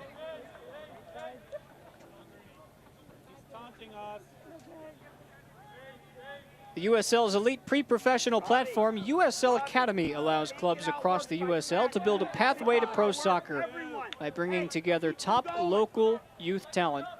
Following the success of the first Academy Cup events, clubs can now apply to participate in the USL Academy League, kicking off in spring 2021. For more information, visit usl-academy.com or search hashtag USL Academy on social media. That thing's still chippy down there.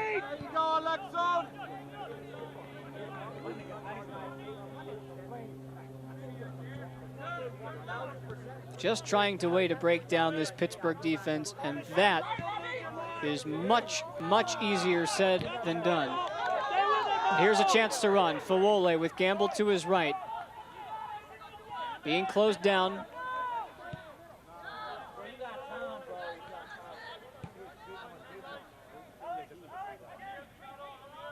Here comes the pressure. It's better, but he needs help. There just seems to be one pass missing. Yeah, well, in the end. there's no one in the midfield to pass the ball to in advance of the ball. Everybody's kind of standing up there waiting on the ball to be circulated to the other side instead of moving, especially behind the defense. If Pittsburgh's going to hold a high line, Loudoun's got to have runs in behind. It's been pretty easy on the Pittsburgh defense. Everything's been in front of them.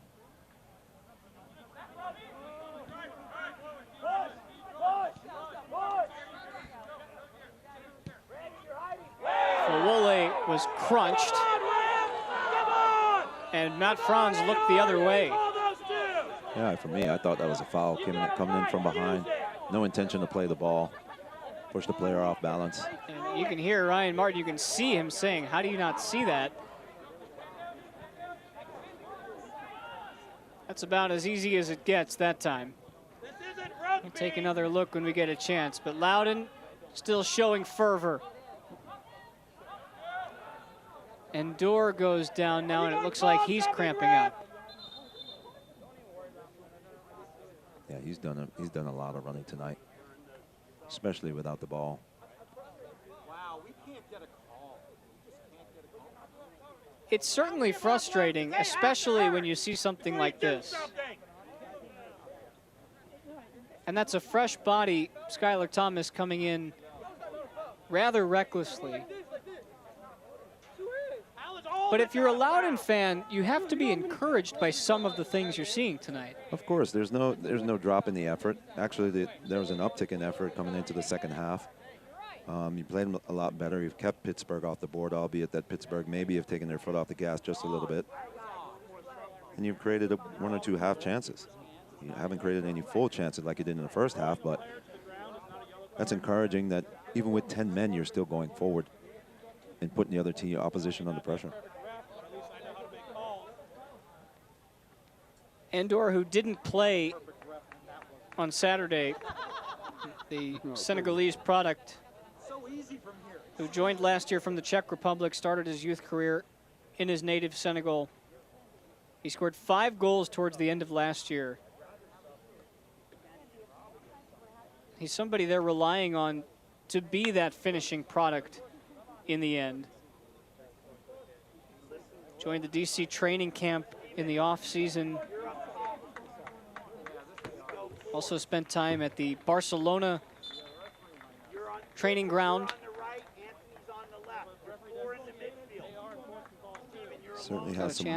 Certainly has some wheels and some skills up front. Obviously, he just needs to bring his teammates into the game a little bit interplay and look to get in behind the defense and not having to do that much work to get the goal. But as I said, it's a learning experience for some of these guys coming in from Senegal, from Niger.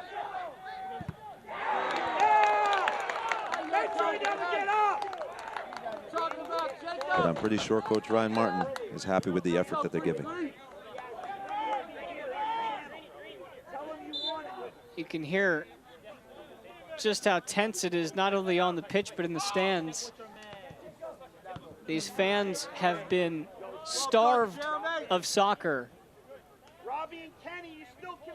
All year 2020, they have not seen a home game. This is their first, which is not too different from what they endured last year, when this team last year had to play their first 6 games on the road. They did get to finish with 12 of their final 16 games at Segra Field, but they didn't play a game at this stadium until it was complete, and their first home game last year was August 9th. And that's a season that starts in March, and Dorr wins it. Hey, where's the goal? Come on! You can't Kept alive. Williamson sees a body on the far side. Good ball. Goes that way. This is Momo. You just get the sense that if Loudoun can somehow pull one out of the depths, it's an entirely different game. Again, Momo.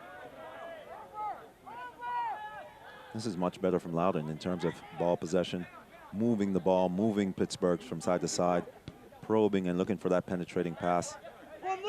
There's a sprightness to their play. It doesn't feel like, I don't know where that header was going, it just doesn't feel like there are ankle weights placed on their feet at this point. They're moving more quickly. But on the other side of it, what's going on with Pittsburgh? They have the extra man. Why aren't they pressing the ball? Why aren't they trying to push Loudoun into awkward positions on the outside, winning it and going forward? Pittsburgh have made 3 substitutions. They do have 2 left, and it looks like some of their bodies are slogging just a little bit. Dos Santos is gassed. Yeah, you could see fatigue all over him. I mean, this is Dos Santos trying to close down right now. It's almost as if they're playing 10 on 10. Yeah, with the inability to press the ball, it's going to be, you're going to be playing defense.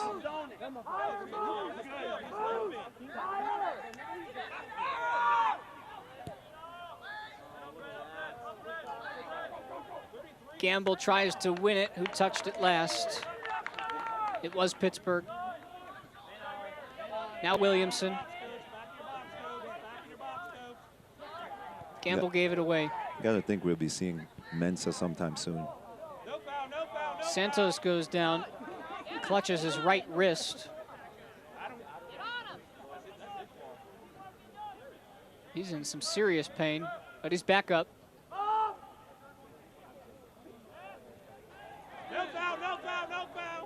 Vitiello charged down. Forbes releases Velarde.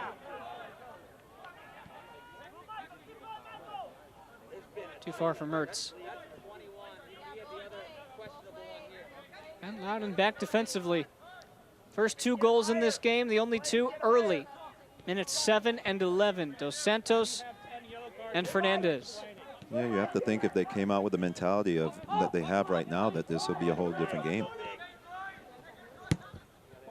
Thomas looking for Dos Santos, who's offside.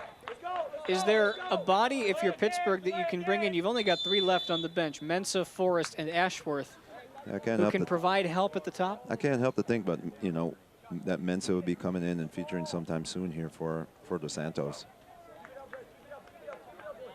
Papa Mensah has played and started in every game this year. This is his first game that he's sat out, and we haven't seen him yet as we take our second half hydration break. Steven Dos Santos could certainly use it. Let's take a look at the 2 goals early in this one. 7th minute, sun was still out and shining. Steven Dos Santos just through the legs of Miller. It was one that I think both of these Miller would say on another day he saved both of them. Yeah, and he didn't really pick his spot. He just put his foot through it, and you know that's what good strikers do. Sometimes you're just looking to make good contact and the ball goes in the net for you. And this is the one, it wasn't hit hard, but the deflection was enough because Miller was right next to it when it was deflected. Yeah, that's a keeper's nightmare. When the ball comes to the near post, somebody running in, any deflection can go into the goal. And Fernandez in the right place at the right time. Great cross, great vision from Mertz.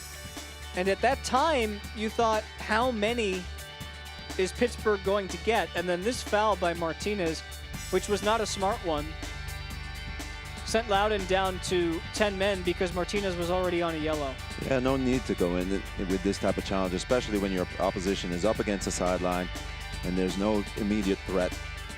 And I'm sure Coach Martin will talk to him tomorrow, the days following, and he'll learn from it and come back and be stronger for it. Bob Lilly is on his way to the top of Group F with a win here tonight. I said at halftime that it would be wise to look at the possession numbers in the second half because of the man advantage that Pittsburgh has. Indeed, that's been the case, 62-38. That hydration break might just be what Pittsburgh needs to get over this hump and finish the game strong. It certainly hasn't been a convincing second half for the Riverhounds. Yeah, but you would think with 10 men that the possession would be in the opposing half, in the attacking half, but most of their possession has been in the defensive to middle third of the field. You know, especially with a man advantage, you want to impose and go for that killer blow. I'm kind of surprised that Pittsburgh's not going for the killer blow even sooner. And they're higher up the field now. Williamson, though, closes down that space.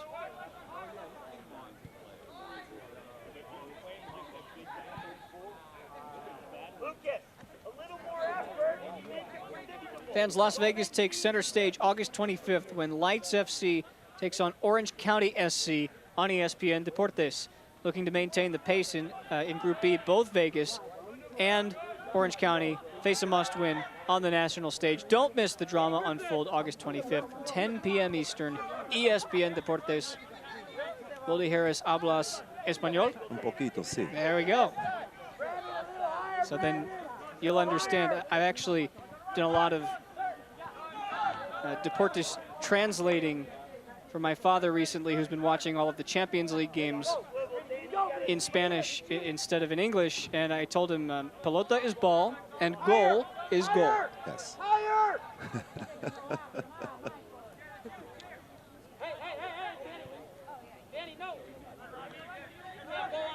I'm pretty sure he understood the latter.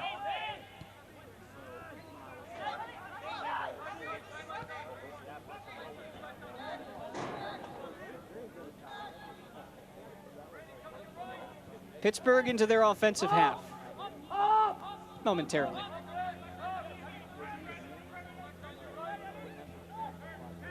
At this point with 10 minutes left, it just looks like they're ready to get out of here with these 3 points.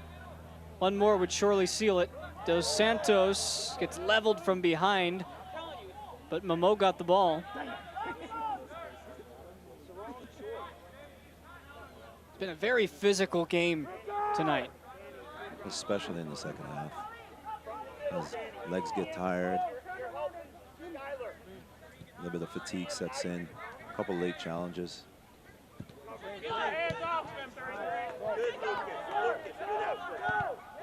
Green wins it back. Gamble has some space. Help! Help! Green needs that. He needs help. Griffin. Green keeps it in play, and he's fouled. Here's the yellow card! Yeah, great tenacity there from Green. Unwilling to give up on the play. He finally gets something out of it for his team. He didn't ask for 10. Again, can they make something of a set piece close to the goal?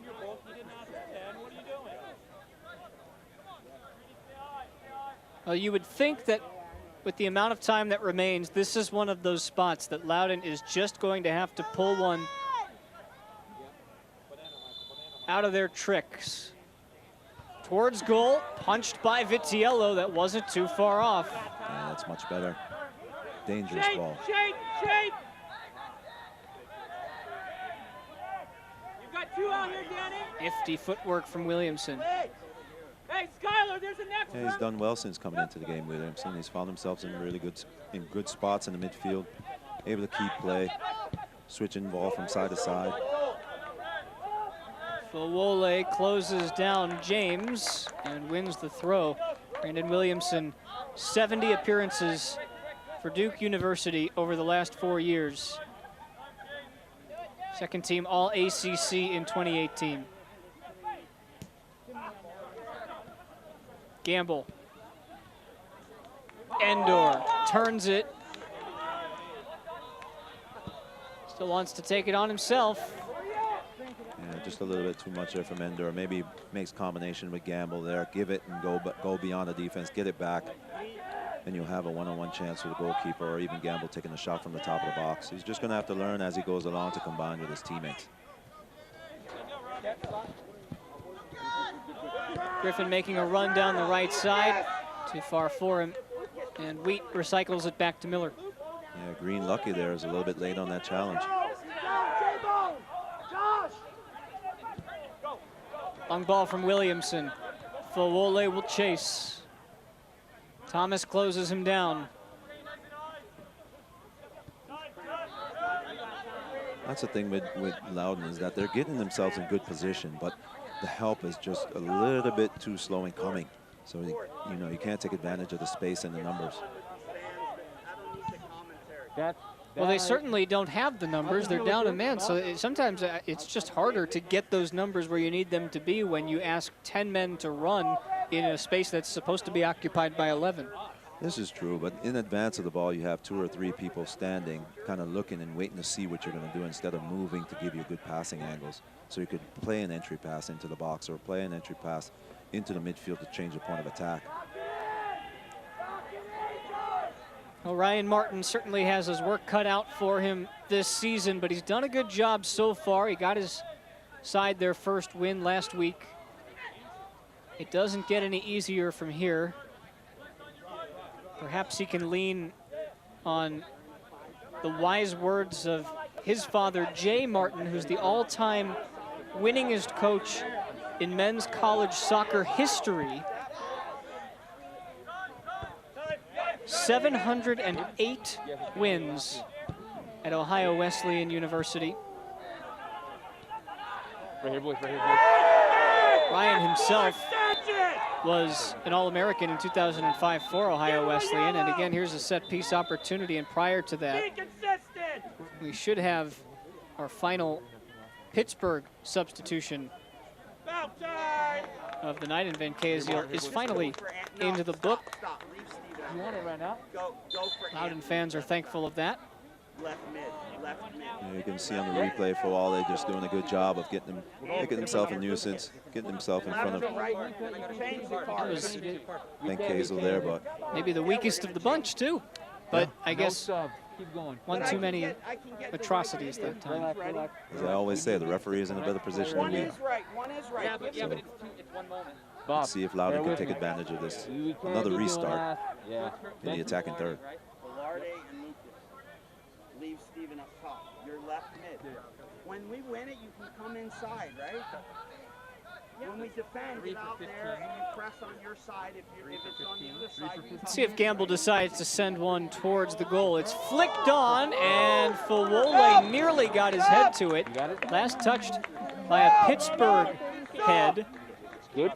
Bob Lilly is calling for a sub, and it appears that the referee will oblige. 2 substitutions for Pittsburgh. Anthony! So that's Rapapa Mensah, who will try to be that close down force and put some pressure on the back line for the final 5 minutes.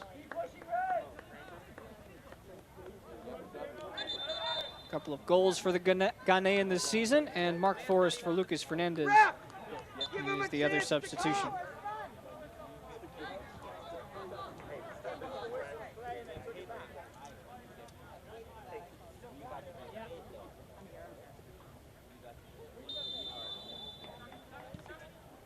Serve towards the back post. Vitiello lays claim to it. That's great. Great goalkeeping there. Coming out and receiving that ball high above his head in traffic.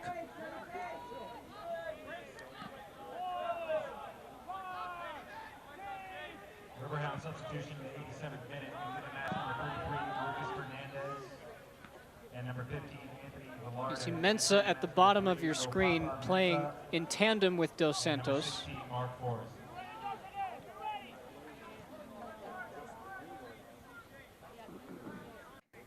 Credit to Steven Dos Santos. He's done nothing but run and chase the ball, and he took his early opportunity, made the most of it, and it looks like it'll end up being the winning goal.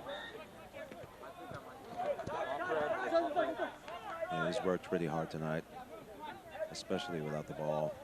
Hasn't seen much of it, especially in the second half.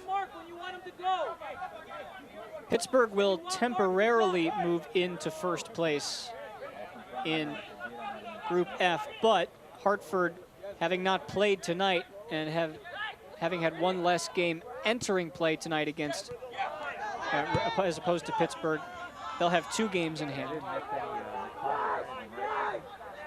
Just 1 loss for Hartford through their first 6 games, and their next game, which is scheduled for Sunday against this Loudoun side, will try to reclaim first place. Ultimately, it doesn't matter too much whether you finish first or second in your group. The biggest difference being if you finish second, you've got to play the first place side from another group in the first round of the playoffs. You'd much prefer to win your group. Go forward there. Now they're back. Go forward, then we can pull it back. Good run, Kenny. Drag them into their half. Their half. You can hear Coach Lilly telling Papa Mensah to get forward. Danny, get in there. Danny's here. Go 89th minute, and he still wants to attack.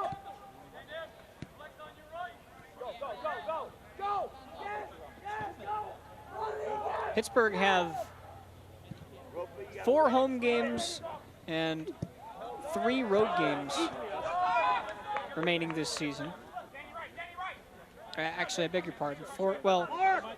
5 home games and 3 road games. So they get to play at Highmark Stadium quite a bit. With their next matchup being St. Louis. St. Louis has been a polarizing team so far this year. Up and down, but the last result was pretty good for them. So Cicerone provided a goal in a win. It was after a loss to Tulsa.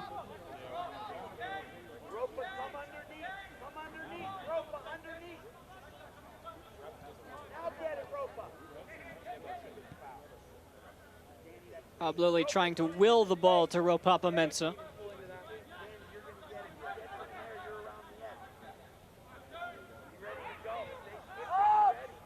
See the big body of Mark Forrest along the front line, 6'3" for Forrest as Griffin scoots it inside, just too much for Mertz. Go time again for Loudoun. Gamble sticks it to his feet. Now Green has Green in front of him. Into the box it goes. And again, there's Vitiello, who's had a great night, and he's 6 minutes away from a clean sheet, which would be his first. You could see what Green wants to do there. Just wants to bend the ball around the back of the back 4 there for Ndore to run onto, but just overcooked his pass. Stoppage time brought to you by Ortho Virginia.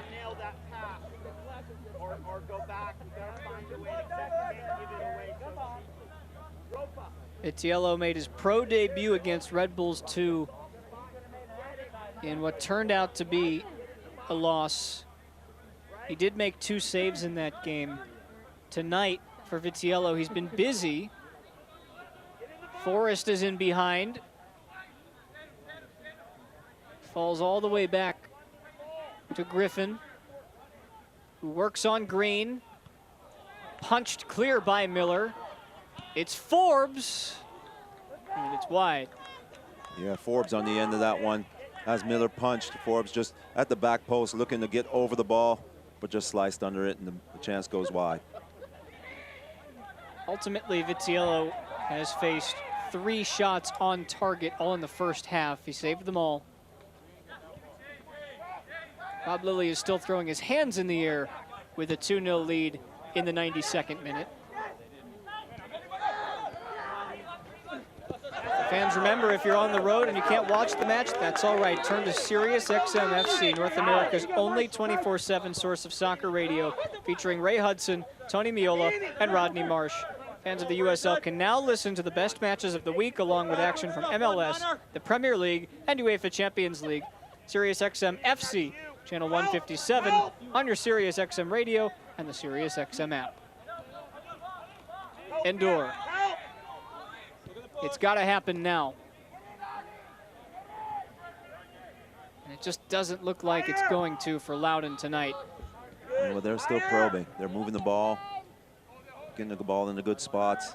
Now can they get support, do a little interplay and get behind? They've been closed down at every angle along the left flank. Looks like Green is cramping up again. Yeah, these young players are finding it difficult in these final minutes.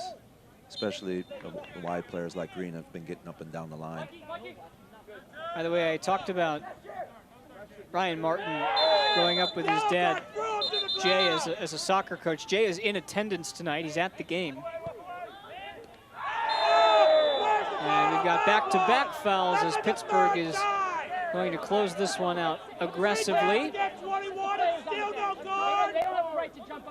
Again, another restart in a good position.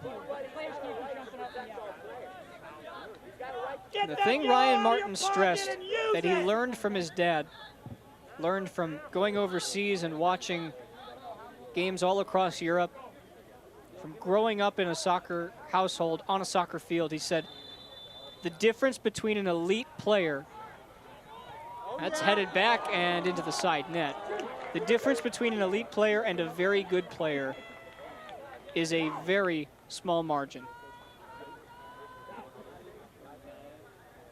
And what he meant by that when he was talking to us is exactly what Loudoun is facing right now. The difference between what Loudoun is right now, which is a skilled, talented team, but not a great team. Well, it's going to take some time for some of these young players to learn the lessons of the game, you know. And one of them tonight is you have to be ready to go from the start of the game. Nothing but black jerseys in front of Endor. Gamble with numbers. Endor wants it on his foot. Instead, Fawole and Gamble link up. And then it's floated right into Vitiello's arms.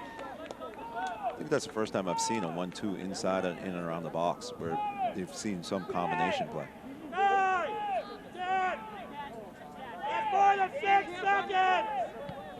Hopefully Loudoun can learn from this grow and learn to play a little bit more as a team, especially in the attacking third. Give the Loudoun fans some credit. They have been starved of this sport for quite some time, and they're letting out all of their frustrations at once. I'd say they're passionate.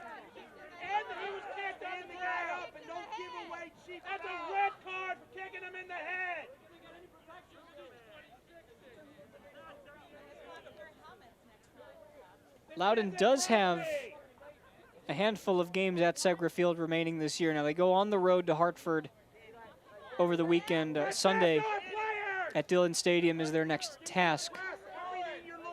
But then they've got Red Bulls 2 back here at Segra. They finished the season with 3 of 4 at this stadium, including another game against Pittsburgh, where they'll try to exact some revenge. But it just wasn't their night tonight. And ultimately, the quality of Pittsburgh shined through. And the lack of goal-scoring acumen on this team is showing its teeth. Another defensive performance that is one commonly associated with Bob Lilly. Stingy. This is a team that now has 37 clean sheets in Bob Lilly's 76 games in Pittsburgh. They put the beating on Loudoun in their home opener. And that man, Steven Dos Santos, with the game-winning goal, 2-0. Danny Vitiello with his first professional clean sheet. And for these two teams, their weekday is done, but they've got more work to do over the weekend, both sides. And our save of the game brought to you by Segra is that Colin Miller save down at the end. And ultimately for Miller, it was a respectable performance tonight, but the early goals, he'll tell you he'd want them back. This save, though, a quality one from him. And that's our Segra save of the match. Well, Wolde, these two sides did fight it out, but when we come back, we'll show you how it happened, we'll show you the goals, and we'll get you ready for the rest of the USL, both tonight and this weekend.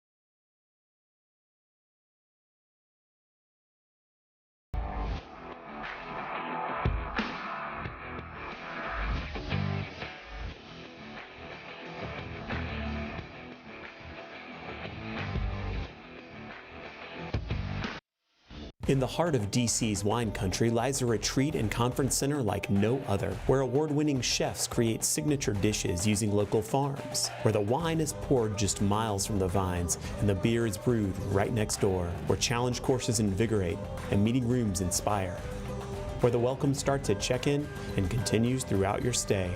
Like Loudoun United, the National Conference Center builds world-class teams in the place we all call home. Saddle up. Full time brought to you by Segra here at Segra Field.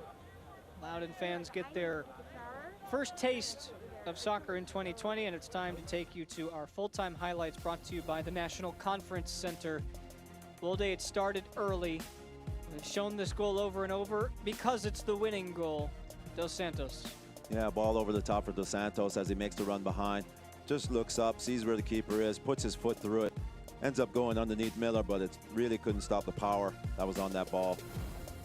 But for me, it's all about the ball over the top. Fifth goal of the season for Dos Santos, and very quickly Pittsburgh would strike again. Robbie Mertz to Lucas Fernandez, the comfortable win for Pittsburgh after that.